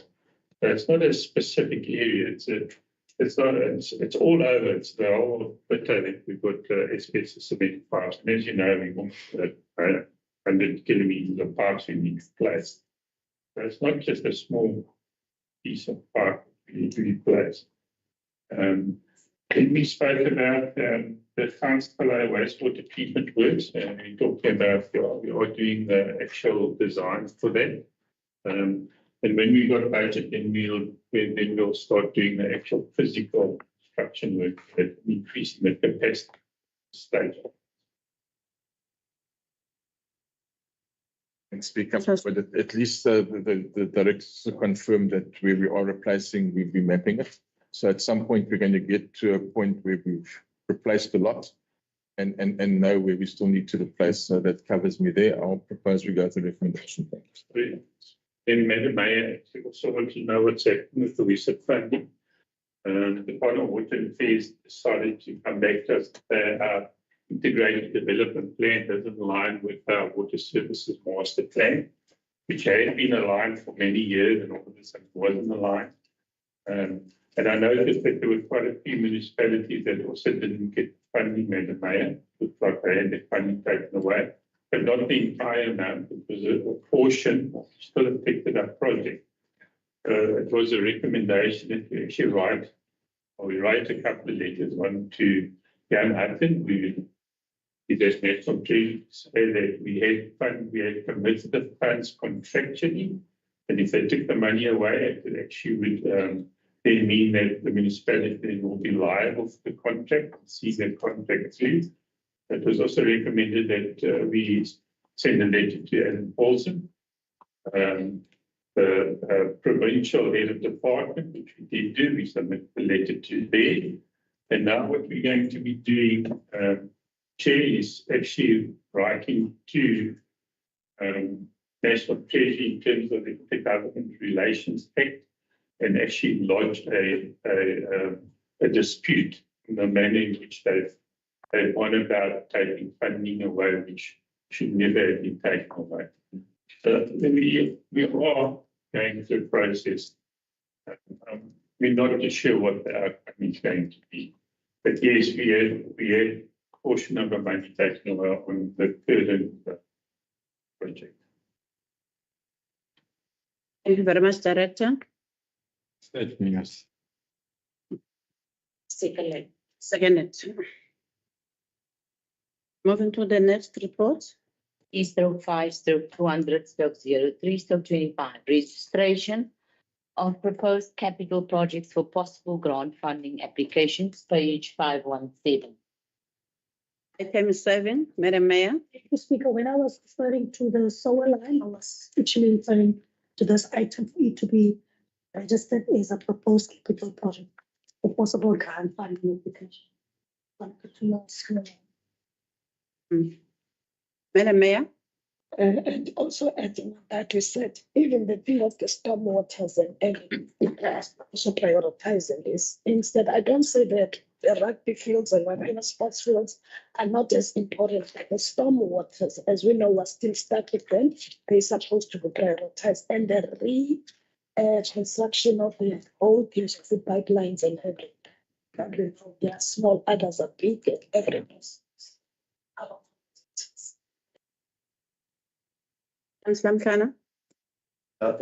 Speaker, I also don't see in all the projects that are running on stormwater, I don't see water featuring. Yet we also have a problem of stormwater, and I've shown the director in one area where there is a river running and there is no what you call this thing. And it has caps, yeah, this thing that protects soil erosion. I don't say we have that problem also in I3. Don't know what you call the ground. That's state. It's under, yeah. So I would also propose that on roads and stormwater, we have also Ward 3 there, Moses Ref in particular.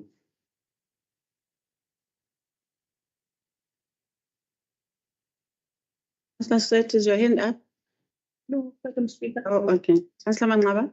And Speaker, just to add to what my colleague has actually alluded to, it's not even about wardism, like Councillor Noxie would actually put it. This is an opportunity, and it's an opportunity for areas that are that we have building projects going on, that we ensure that each and every one of these divisions join hands, that when we build these houses, that also the infrastructure is actually considered and covered accurately. Because the situation we're sitting with in our old areas such as Kwano is the fact that there was no consideration of that when we built that area in 95, 96, right? Now that we've learned from those errors or those mistakes rather, now it's an advantage for us to actually consider your newer developed areas like your Ward 3 and your Ward 4 and other building projects that we're going to have, that we have all these T's crossed and these I's dotted, so that we don't ever get to sit with budgeting about this again, in the future. Madam Mayor? I don't want to complicate things, but I think with stormwater, there's a number of risk areas that I guess, that I do think we do have a stormwater master plan. So would it be okay for us to then say in terms of roads and stormwater that we just add, can we do stormwater in the whole municipal area, for instance, because we do have a master plan. And from that master plan, there's supposed to be indication on what exactly the place is for the rest of Bitou, because currently we use our internal money, the borrowings, to actually fund stormwater projects that is taking place in all the different wards.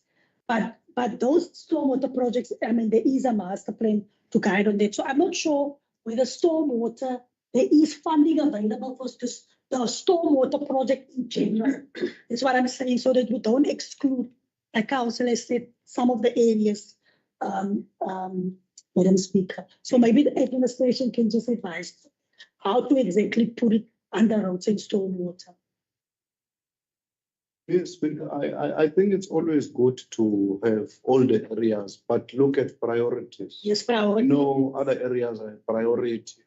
If there's one project that side, we can maybe move money to another area which is a priority. But if we take it totally out, then it becomes a problem. And then, no, it was not in the ITP. No, we never budgeted for it. All those. The project was not registered. I always say it's always good, because it's not only that we requested, also a link road between Moses Ref and Pine Trees, but it's not featuring anywhere. I'm not sure whether it's on the master plan or what is happening. So it's always good to have these on the plans. And because these are projects that we have raised on the ITP, meeting, which the ITP, there's going to be a report. People will want to see what have we done since 2022 to date. Madam Mayor? Sorry, maybe I'm going to ask an uninformed question, but it's very valid concerns that have been raised here. And one of the concerns we had, especially when we were busy with the budget steering, is that we felt some of the projects, it is not funding in the current and maybe in the 3-year cycle, then it seems like some of the projects just disappear from the priority list. So I want to know, do we have an infrastructure master plan? So to ask him that, do we have what does our infrastructure master plan say? If not, if we need to revise that, then maybe that's the way that we must go. We must look at having an infrastructure master plan. And from that master plan, we can then do long-term planning instead of this 3-year cycle and then another 3-year cycle and another 3-year cycle. And then at the end of the day, some of the things that you said was there, but it gets, how can I say, it gets lost because the planning is a bit short term. That would be my, but we can obviously get some advice from the administration on it. Amen. Mayor, I'm not here too long, but I know that we've been working on a budget facility of 1 billion that we've been working on. Maybe Mr. Carlton can say when that budget facility you've applied for. There are very few municipalities that got that grant. George was the first outside of the metro that got 1.3 billion. It's a total grant for infrastructure. So maybe Mr. Carlton can say how far are we down the line in submitting our application. Director? Yes, Madam Chair. So we're coming back to the master plans. Yes, the master plans are there. The master plans for water, for electricity. So we got all our master plans are in place. Out of those master plans, we also look at the priority list, which council actually gives us guidance for, and out of that priority list, we then allocate the budget. We do every year, just as far as that. But our needs are much greater than our budget. We obviously then got to do a lot of intense project prioritization processes. And the acting minister manager is quite right. In the BFI, when we submit our BFI funding, budget facility infrastructure grant, we submit it to National Treasury. Our municipality, we need to submit at least 1.3 billion to actually participate in that process. We are on the back foot that we don't have huge resources like the city of Cape and the city of George. We have got their own departments, a whole department that's set up to actually access these grants. We've got to try and make use of our limited resources, which is our staff. We got some staff. So what we've done is we've done a prelim investigation. In the prelim investigation, we determined how much money we will be allocating, what that is needed to these departments. The acting minister manager and I had a discussion just a couple of weeks ago on how we go about it. Us as a municipality, we've gone to George and we've sat down with them and we quickly realized they have got their own team, that they're a dedicated team and only looks at their grant funding. Us as a municipality to support their share of it. We try our best to try access external funding whichever way we can do it. But at this point in time, yes, we've done our groundwork. We just need to get a certain place like George or even the city of Cape Town. Councillor Sethi? I'm not sure if I'm going to be out of this, but my question is that I've seen the sports facility from the sport master plan and then Kwanokutula sport fields. It is where I'm going to ask. What is it that is going to happen there? Are they going to, what is the plan? Are they going to fix the fence that is a problem there that is wobbling? It was reported wobbling by the coaches there. And then there's a lot that is not right in there. Even the ground is itself, it's not right. So what is it exactly that is going to be fixed there? We are talking most about the upgrading of this sports field. What is it? I'm not sure if I am clear. Councillor Swart? Thank you, Speaker. Listening to everything that's been said here, and also Councillor's last sports master plan did serve in council. So I think she can be answered by just going through that. It's not just repairing things, it's a whole revamp of our sports fields and that. But this item, it's been proposed, we go through recommendations. I'd like to second it, but I'm hoping that this is going to be part of the BFI application that we're busy with as well for our water and sewage infrastructure that I know the department's busy working on in terms of putting a plan together that can give us an application that reaches at 1.3 billion funding requirements rather for us, so that we can at least put a proposal forward for the funding, and it can be broken up into various things that we need to do in the municipality. So I'm assuming that this is going to assist towards that.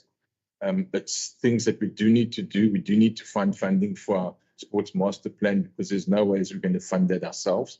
And yes, there are a lot of gravel roads in areas that need to be upgraded as well. I just want to add as a word of caution on the regional cemetery, from our previous discussion, that we just determine that the property belongs to us when we put that funding through as well. So I'd like to second Councillor's Ulufi's recommendation. Madam Speaker. Thank you, Speaker. Speaker, I hardly ever do this in this engagement. I think I am with the executive mayor where this is concerned. And again, this happens every time in this council, because this conversation is not new. But what happens in this council is that whenever there's change of leadership politically, all of a sudden officials have a short-term amnesia in terms of what our master plans are and our capital projects are with regards to infrastructure. Perhaps what would assist is that I'm aware that the executive mayor's office is actually doing a service delivery outreach and walkabouts. Once that is done and concluded, I would suggest we come into council strategically with officials, so that even with regards to the budget that is spoken of, the targets that are actually spoken about with regards to our sports master plan, there must be targets that are assigned to officials, because it's a blanket approach that will not yield good outcome if we don't say we expect officials to actually source funding through applications and proposals and timelines and targets. Otherwise, we'll be sitting here discussing this till, I don't know, till I'm 50 and you guys are no longer here.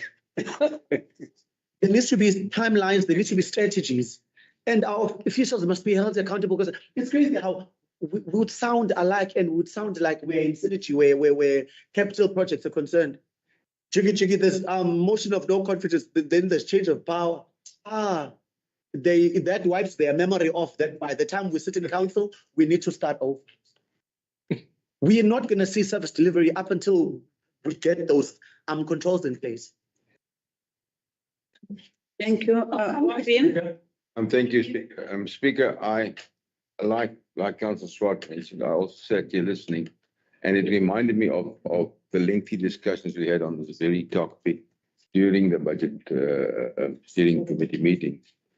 And one of the items that happens is, and this happens regularly, and it's not over just this governance term, it's over various governance terms in the past, there are budget cuts every time, capital budget cuts, and then items get moved into the so-called outer years.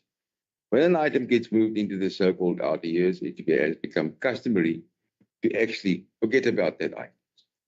And this has been happening in terms of many of our critical bulk supply infrastructure, electricity, water, sewage handling, or wastewater handling. And we are now in that process reached capacity on all those strategic issues where we are very close to maximum capacity.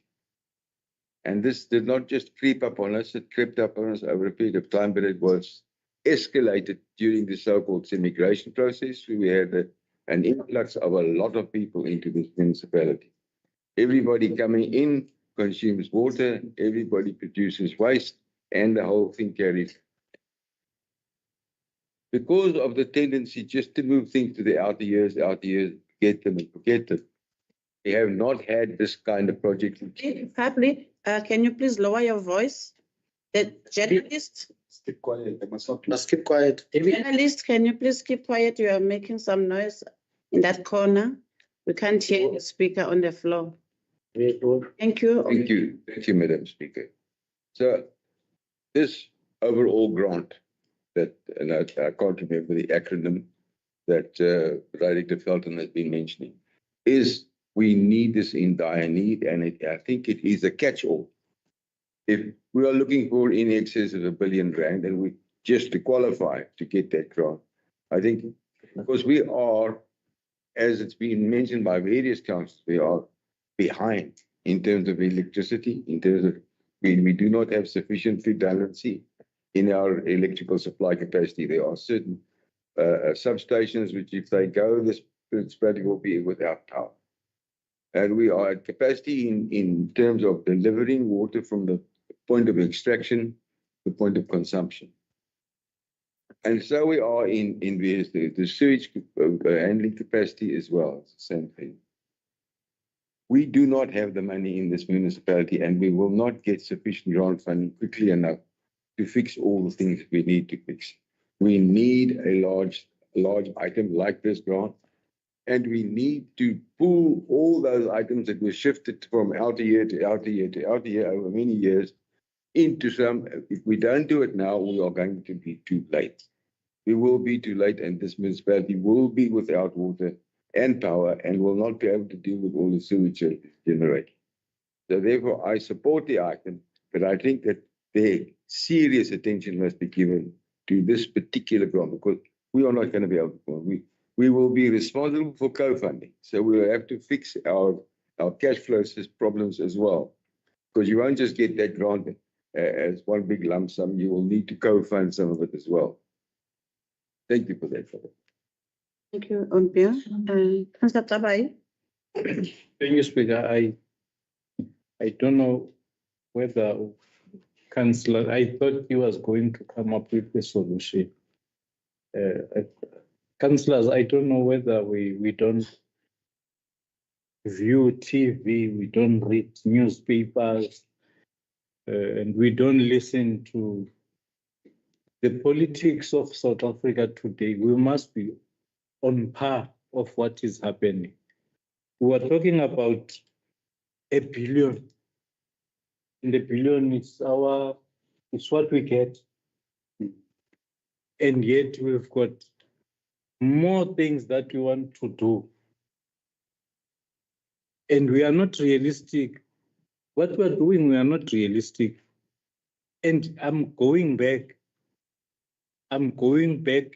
in saying we get a grant.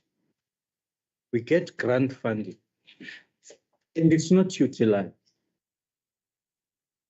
Do you think we are going to be able to get R1 billion? No, because they will look at our record. But this municipality, we have taken so much money. I understand now the situation about our country. And we are not realistic ourselves that even if we are doing right, there's some of the monies that are going to be taken if we lose out, you see, or we are not going to be given because of the record that we have of losing, of over, that is not performing, you see. So I'm trying to say, through you, Speaker, I think Executive Mayor must just call us all together with directors and councillors and sit down and really find out what can we do, where can we start with the little money that we have, you see, because R1 billion cannot assist us because we're not going to get it. What I'm thinking now is that we must just be realistic and not lose grants the way we are doing. And what is happening, we're not talking about it. There are companies that come here and get tenders and they don't do work.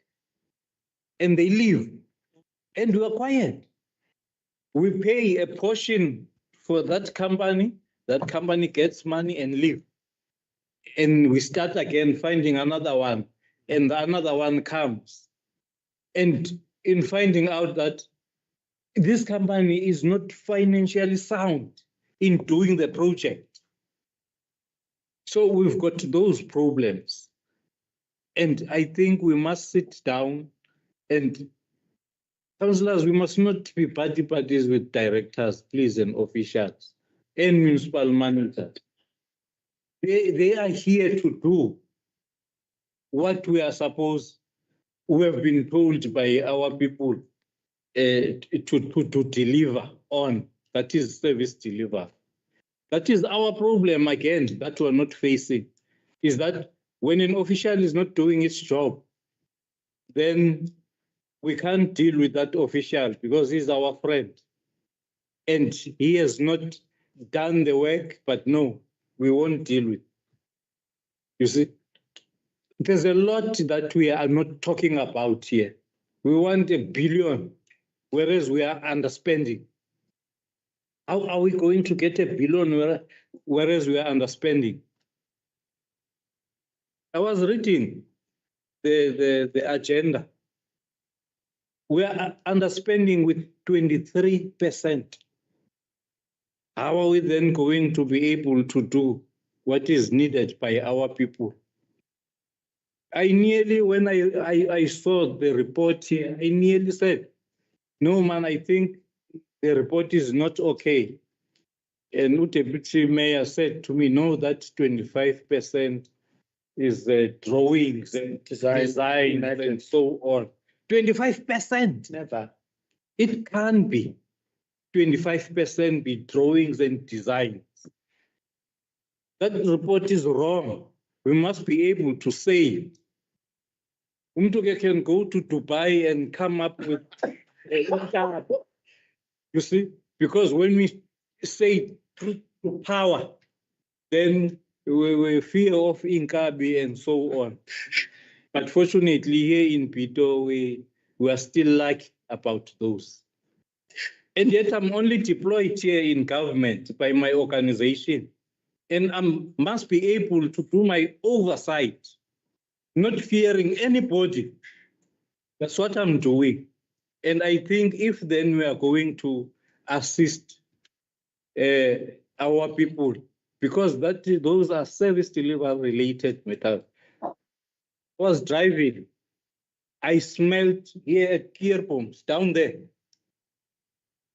I smelled sewer. It comes very strong. Moving to Kwanuktula, the entrance of Kwanuktula, every day. That's what we inhale. I don't want to say it's only Kwanuktula. Also, gear bombs down there. What are we doing about that? This is a tourist destination. That place is near that area where boats, where tourists go. I don't think they will say they will feel nice when they are spending money here and then they smell sewer. So I think we must sit down seriously, take politics away where I'm coming from, but deal with the matter that is at hand. And that is a problem for us. Thank you very much, Speaker. Thank you, Councillor Papa. The reason for me, I understand all the other concerns and problems. The reason for me proposing specifically the sewer line was because the designs and everything is done. So the sooner we include it in the development plan, the sooner we give the go-ahead for them to even try and apply for funding. So that was the reason behind proposing, making that proposal. So I'm not sure if the proposal is supported or do we want it to stay as is and then come back and discuss and then like to do other meetings. Thank you. And do we have a proposal and a second on this item? Proposed on the item and I think second. Proposal and second. Thank you very much. With the sewer line, and I think that's including the recommendations from the fire.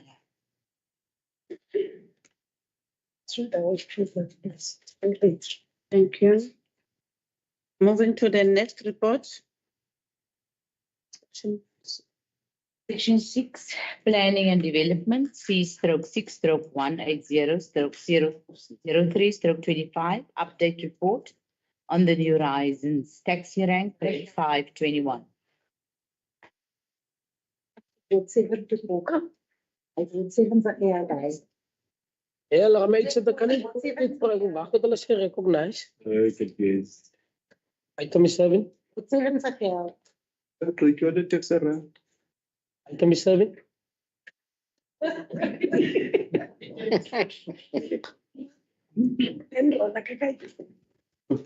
7, We are the next item. This item is proposal seconded speaker. have you proposed? Did propose already. We're on to the next one. Oh, Lies. M, Anything. Come towards 7 recommendation. Still support you. and seconder, Take note of the comment thank you. that your work committees must. I'm just confused as into why is it that we have this report in council? after this meeting is you. Do we have report now on private projects? Can we move to the next item? It is proposed by the GM and seconded by Councillor and Councillor Telegraph. Implications. Yeah. It needs to. Item, C/6/184/03/25, developing an events bylaw for Bitou municipality, page 544. item is 7. Deputy Mayor, Mr. Olivier, seconded. Next item, Item C/6/186/03/25 of 156 Plettenberg Bay, demolition of unlawful building, page 547. Selectors favorite. item is 7, GM. So you know that there's a court order that we need to. With the recommendation that we need to demolish, so. Yeah, and the seconder, Yeah, you know. Well, second. thank you. Seconded by Ombion. I think that was the end of our reports. Moving to item number 11 on the agenda. Item number 11, urgent matters submitted by the municipal manager, none received. Item 12, consideration of notices of motions, none received. Item number 13, consideration of notices of questions. 13.6, motion of questions dated 18 March 2025, moved by Councillor S.E. Tapai and seconded by Councillor S.A.L. Mangaba. Page 553. Councillor Tapai, can you please take us? Speaker, before we get there, would I request that we switch the the motions that we start with 13.7, give context to 13.6. No, we're gonna do it as it is here. Okay. We're gonna do it as it is here. Councillor Tapai?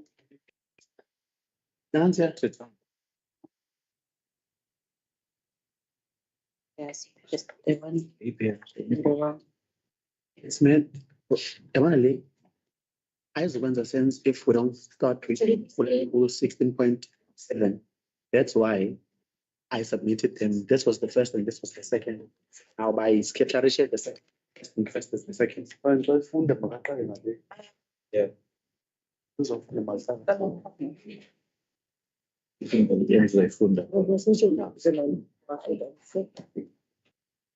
Can the mover please go to the box? Okay.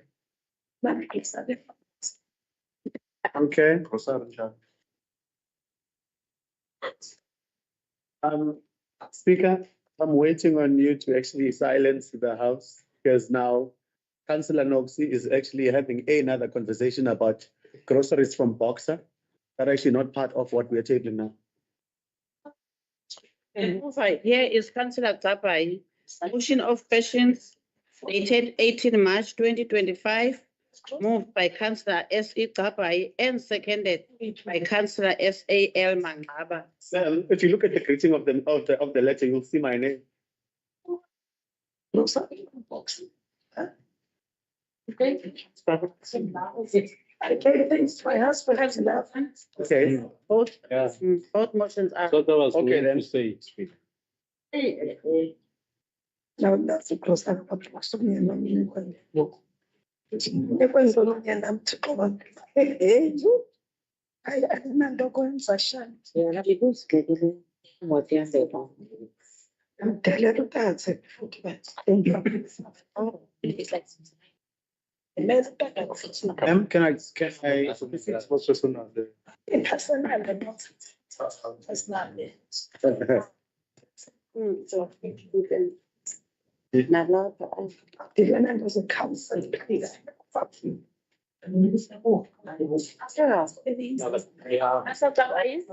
are the mover here on the first one. Then O stream is the seconder. You don't accept. Can you please? This is the one. No, this is the one. I'm not debate this. It's fine.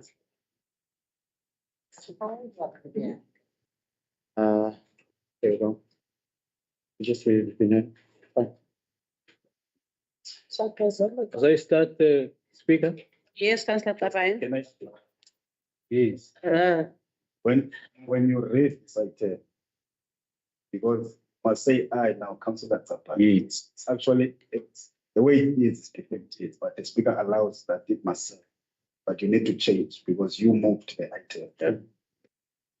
Yes, that's what I was going to do. So unfortunate that the second one was supposed to be the first one. Thank you, Speaker. The motion for submission to the ordinary council meeting to be held on the 26th March 2025. I, Sandiso Kabai, hereby give notice in terms of Section 33 of Council Standing Rules of Order by law of my intention to pose the following question at the next ordinary council meeting or special meeting, which is this one of the 31st. In May 2024, the council entered a mutual termination of employment settlement with Mr. Felix Lotter as a CFO of Bitou Municipality. Mr. Lotter was subsequently appointed Senior Manager, Governance and Compliance as a result. Since the court judgment dated 21st October 2024 deemed the settlement made with the municipal manager unlawful, I hereby wish to tender the following question. 1. What is the municipality's position on the settlement amount that is paid to Mr. Felix Lotter? 1.1, has the municipality recovered the monies from Mr. Lotter? Thank you so much. Those are the two pertinent questions. Seconded. Very much. I think we're gonna read both the motions. It's true. Yes. We can give to the administration to answer for us. Speaker. What? Motion for submission to the ordinary council meeting to be held on the 26th of March 2025. I, Samkele Mangaba, hereby give notice in terms of Section 33 of Council's Standing Rules of Order by law of my intention to pose the following questions at the next ordinary council meeting or special council meeting. On the 3rd of October 2024, I sent a correspondence to the office of the MSc, Anton Bradell, and that of the Executive Mayor, Jessica Kamkam, inquiring about the reinstatement of Ulelo Memani. Due to lack of urgency and reluctance to respond to the details of my correspondence, I hereby formally tender the following questions. On the 21st of October 2024, a court order dated 18 October 2025, case number 16932/2024. And the ruling was as follows. The termination of Mr. Memani's employment as the municipality's municipal manager is revoked. Mr. Memani is ordered to repay forthwith to the municipality the full amount paid to him pursuant to the mutual termination agreement. The fifth respondent, Bulelani Barnes Incorporated, is ordered to repay forthwith to the municipality the full amount paid to its pursuant to the mutual termination agreement. My questions are as follows. Has Mr. Memani paid back the full amount as per the court ruling? Question 2, have we recovered the monies paid to Bulelani Barnes Incorporated on legal fees? 3, if repayments were done, can we be provided of proof of the records of the payment? Thank you very much. I will give to the administration to please help us and answer these motions. Chairperson, let me respond to the first one. That's the letter on Mr. Phillips for the settlement that is in this agenda. There was no court order compelling the council, and I'm saying the council as an institution, to recover monies from Mr. Phillips' letter. That was an agreement which was reached, and subsequently the money was paid out. I believe I was not around, but there's no court order compelling this council or put an obligation on this council. The difference between Mr. Bitou and Mr. Memani is Mr. Memani was subject to a court order which said, one, he needs to go through a disciplinary hearing. That matter of the outcome of the disciplinary hearing has been referred to a next meeting. Secondly, that he forthwith pay back the money. Now that question will be answered also in part by the mayor. I'm not responding to the second one, but in terms of the first letter, the motion of questions, it's straightforward. This council as the institution entered into agreement. That agreement is not, there's no order as per a court order to compel anybody to repay back the money. As simple, as straightforward as that. If anybody wants to place an obligation on the council, somebody must go to court and say, we'll obtain a court order for Mr. Litter to repay that money. Thank you. Thank you very much. The second one. Thank you, Speaker. Now I know this issue has been on and off in the press. I'm sure Chris is taking minutes. I'm going to wait for administration like my letter that I have to responded on with Mr. Memani. Let me first say that the agreements between my office and the office of the municipal manager, more specifically, Mr. Memani, has been ongoing. My office did receive one in particular a settlement offer. And at that point in time, the offer was rejected. And then Mr. Memani then sent a second settlement offer, which I think he proposed to pay back, I think it was 30,000 plus a portion of his performance bonus. And that offer, unfortunately, was also rejected by my office. I then, after the negotiations, I then did send a letter to Mr. Memani, and I can read the letter out. Were you able to flag the letter? Just give me 1 minute. Tanya, 1 minute.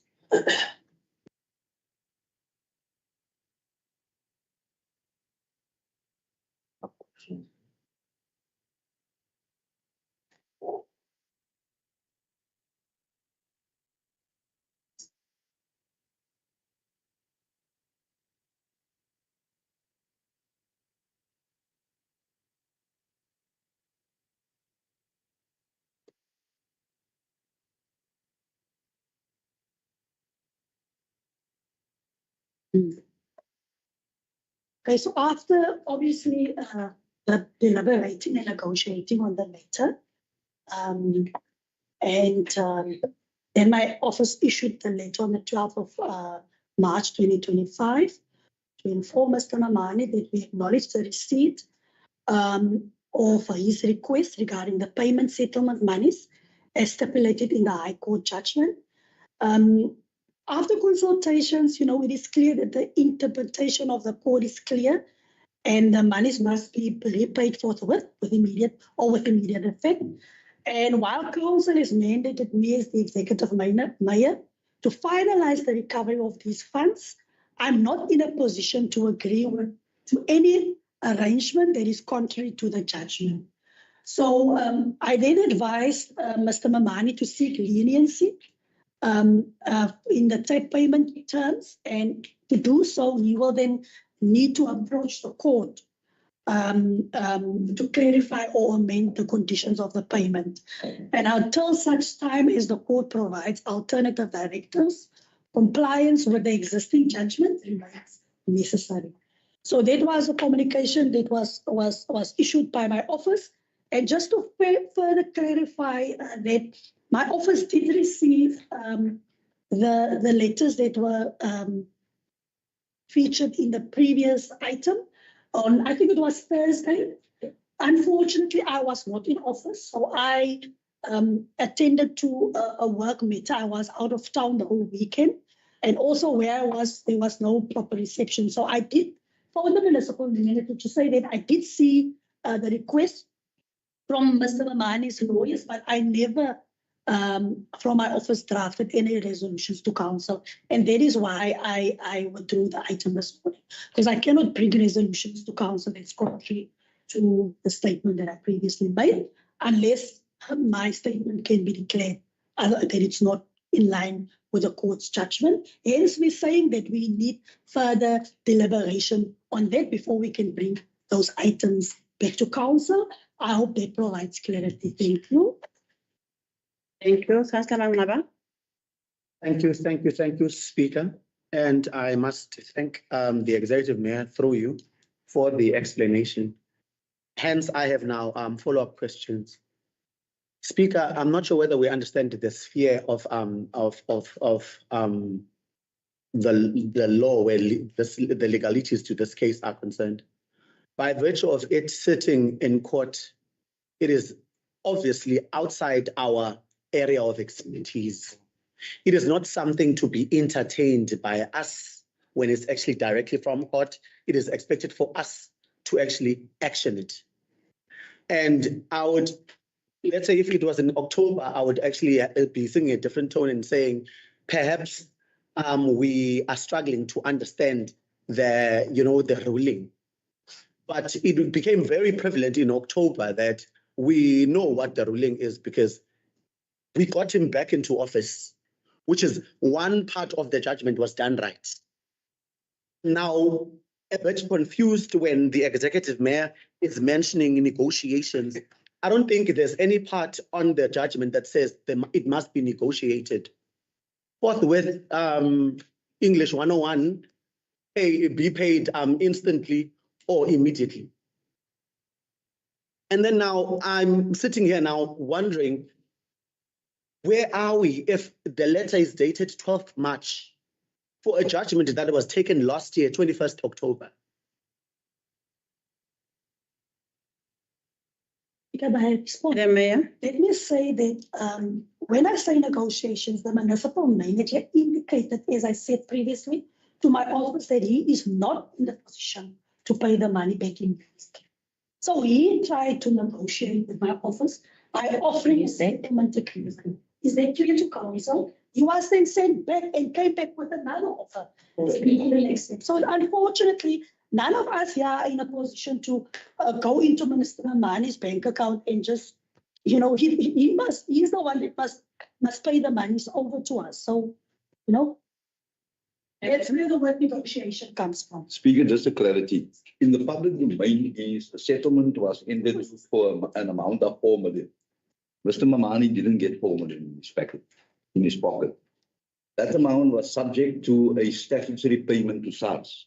So whatever that amount was, 4 million, and then SARS got the tax portion of that. So actually what Mr. Mamani then got, it's an amount, if I'm not mistaken, Mayor, 1.9. 1.9 million.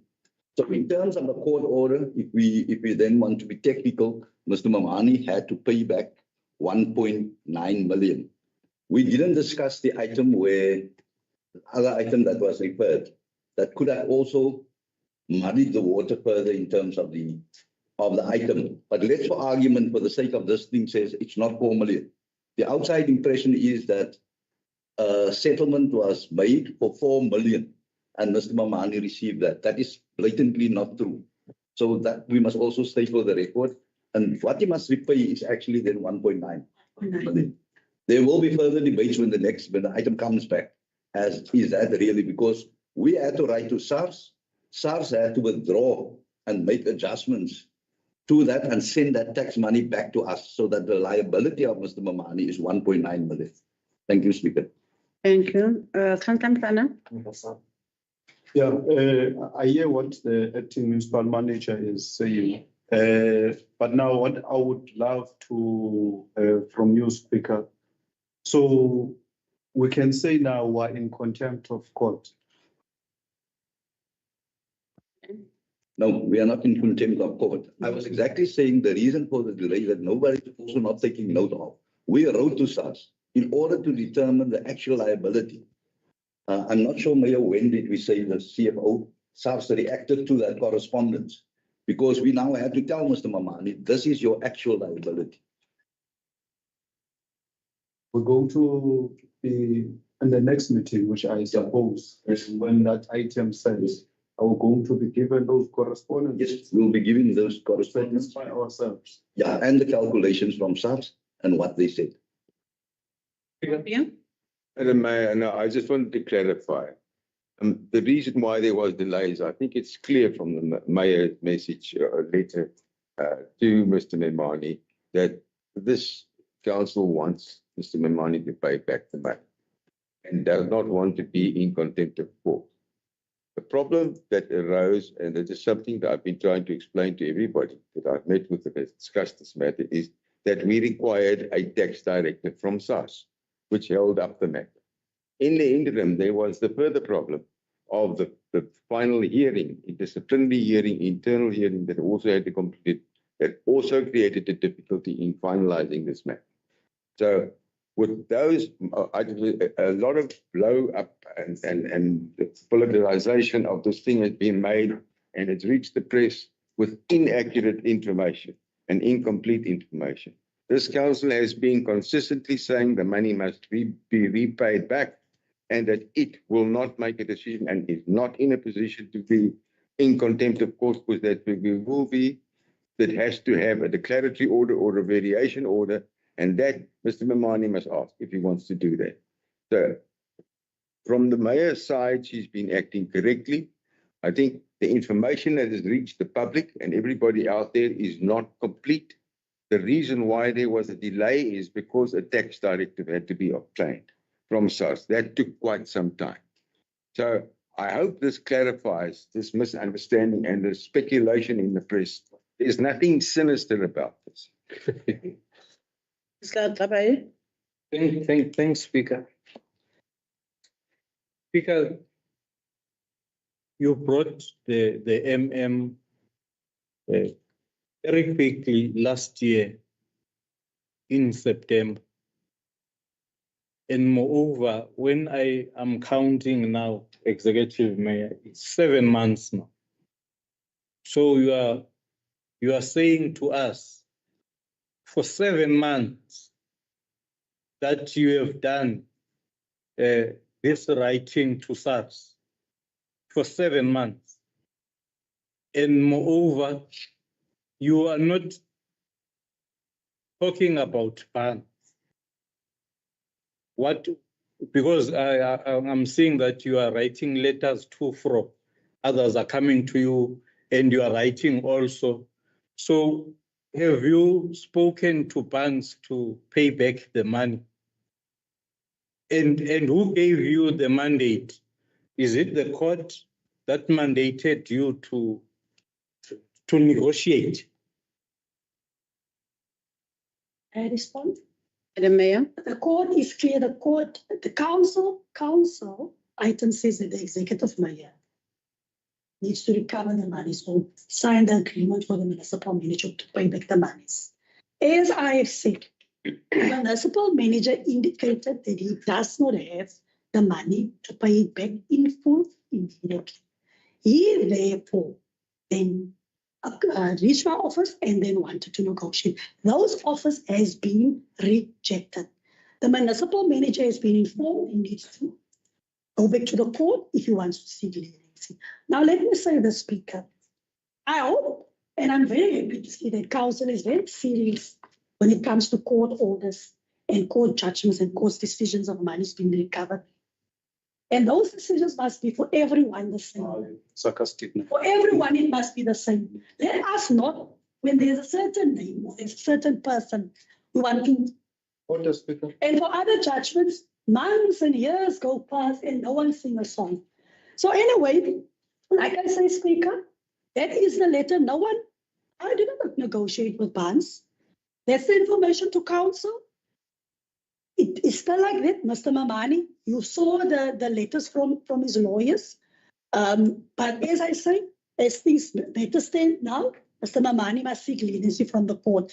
You can advise me what else you want to do. Since council gave me the prerogative, you can advise me. Advise me. Samsana. My Speaker,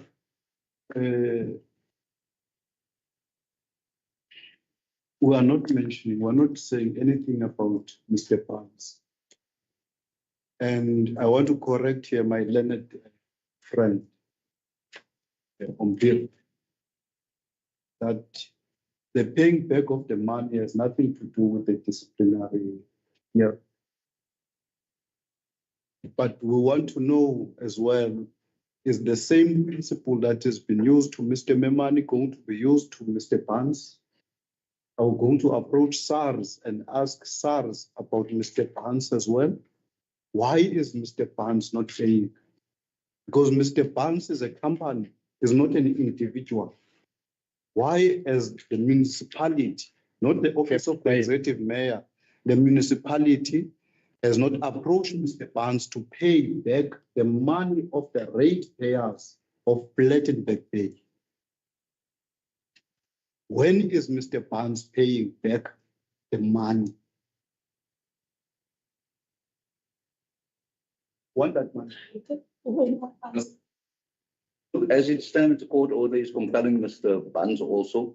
From administratively, we'll have to write to Mr. Barnes and say you've got to repay, comply with the court order. That's as simple as that. In contempt of court, whether you like it or not, whether you want to say or yes or no, we are in contempt of court. This council is in contempt of court. The executive mayor has not presented anything with regard to Mr. Barnes.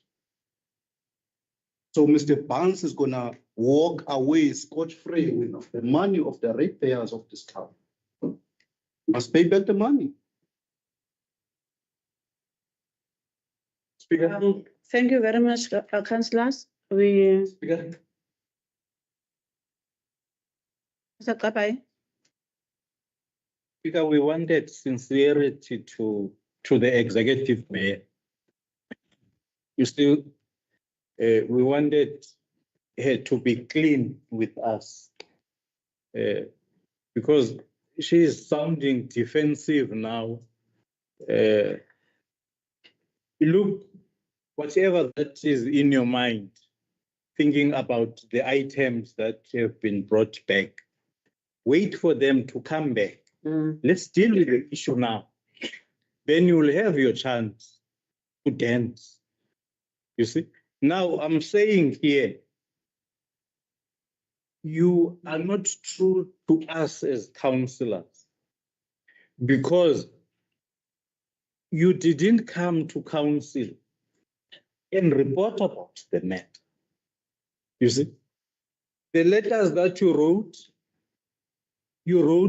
in your office, and the negotiations that you were trying to do there. Now they are brought in council now. We're seeing your letters in council. whereas we didn't even know about the letters that you were writing.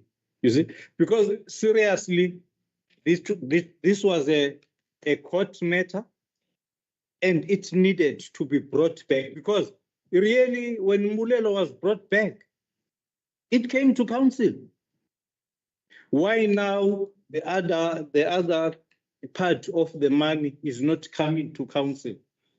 So I'm trying to say, you didn't come to us. Like, I'm counting 7 months. I'm counting 7 months. And the MM has been in his position for 7 months after the negotiations and the court ruling. I'm talking about the court ruling now. It's been 7 months. Does that mean you were dealing with SARS for 7 months? At what time did you write to SARS? Then SARS responding. So that means there was a lull. There was a lull in doing what is due, what is right. That the MM immediately after being reinstated, then pays the money. We don't know his bank account, but we know that there was money in his bank account coming from the municipality. Where is the money? Now you are telling us about he doesn't have money. It's 7 months now. That is why we wrote these motions, that you were quiet, Executive Mayor. You were utterly, there was utter silence from your side. That is why, because we were in the dark. Thank you, sweet. Thank you, Madam Mayor. I'm glad Councillor Kabai and the councillors came out notes in the letter. It was sent from my office to Mr. Mamani. As per the previous item that was dealt with in committee, did speak of the court's judgment, did speak of recovering the money. So I'm not sure why the Councillor Kabai feels that they were not informed. Secondly, what I want to say is that I do understand that this matter is really something that council feel very passionate about. And, you know, from my oversight, like I say, I'm not planning or I'm not going to compromise by agreeing to something that is contrary to the court order. However, we have to acknowledge, I have to acknowledge, and I need to bring, if we need to, Municipal Manager, bring the previous correspondence plus the previous settlement offers that were done from Mr. Mamani's side. If we need to bring it to council, let us do so.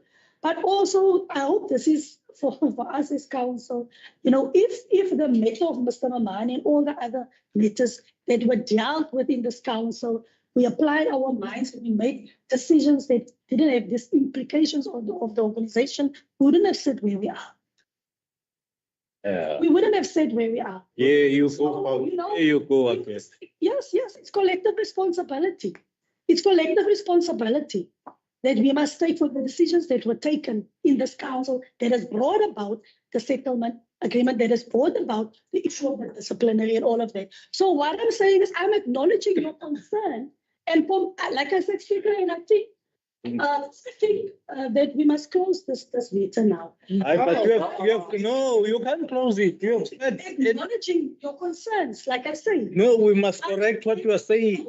I'm speaking. What I'm saying is right, and that's why you're getting. Then we must correct what you are saying. The decisions that were taken, yeah. But for fairness, we must correct what you are. Yeah, because you are. Motions has been read and the motion has been answered. No, but on a point of order, we must correct. No, we must correct the executive mayor. We must correct the executive mayor. There was an item that was withdrawn here. You need to be objective. No, we must correct, Speaker. There was an item that was withdrawn here by Councillor Nell that spoke about what happened 11 years ago. Thank you. And what happened 11 years ago, this municipality went to court and they got what you call this? A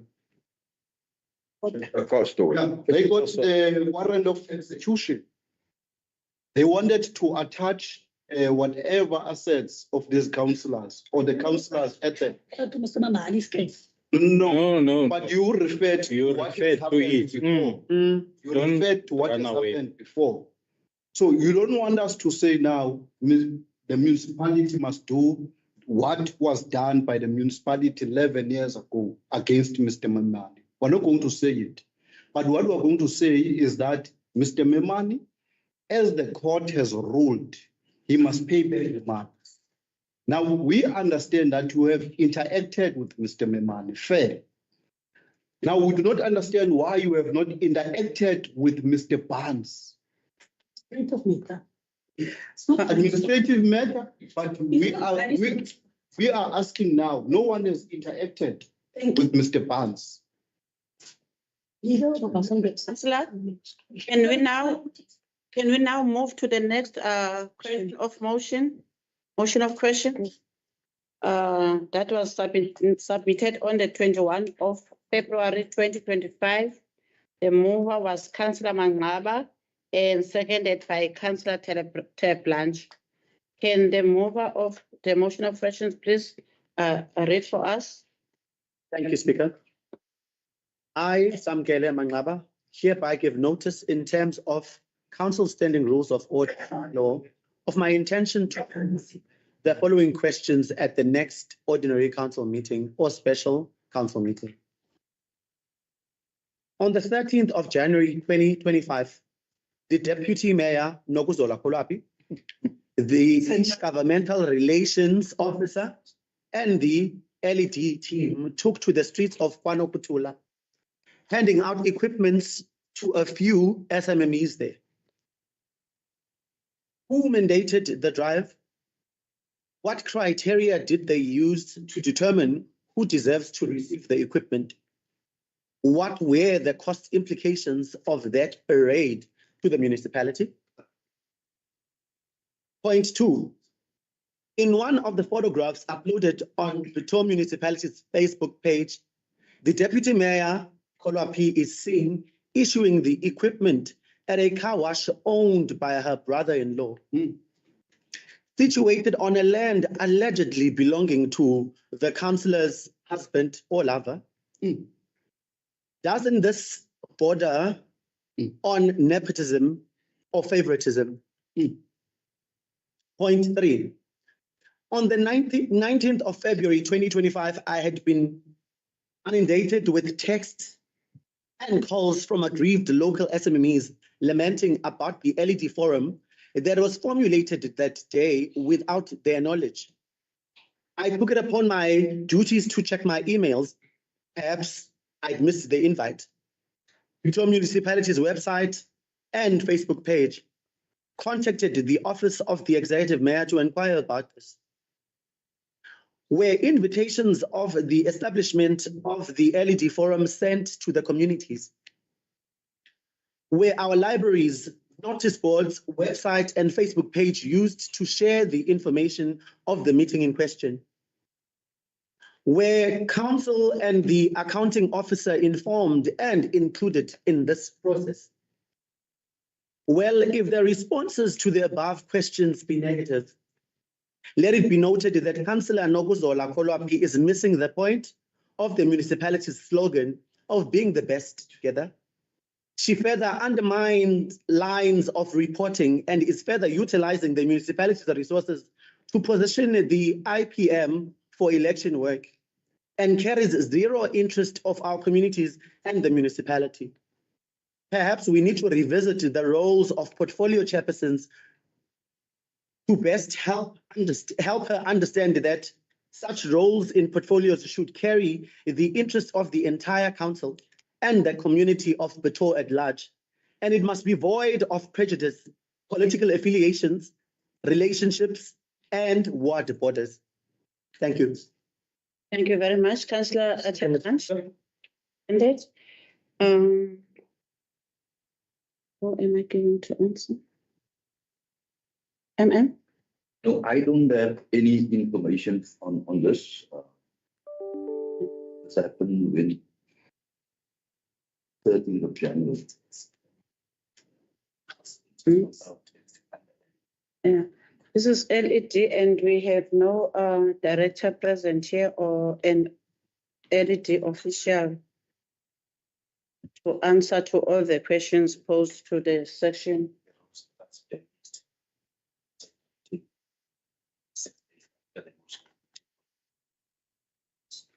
Therefore, we are gonna answer this after 6 days because we have no officials now from LED to answer. It is not a question, Speaker, but a comment. I just want to express my dissatisfaction and disappointment on how this motion is handled. It was delivered a month ago. And if really there was an intention to actually respond, we should have it in writing by now. It took me, I thank you though for allowing it, but it took me to remind you that we had submitted this over a month ago. I urge you, Speaker, that let this, I'm gonna have to accept the fact that we're gonna get the response in 6 days. I'm in writing. However, I urge you that let it be the loss that we have, we sit in council and we don't have the answers of a paperwork that was received a month ago.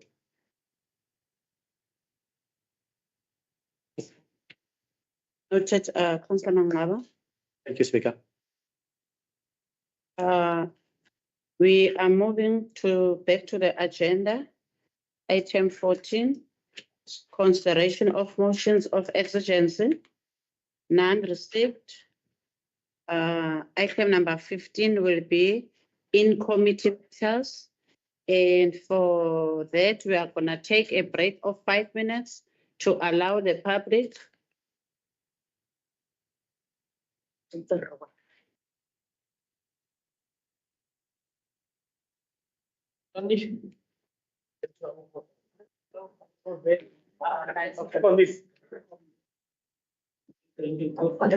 So when I going to get.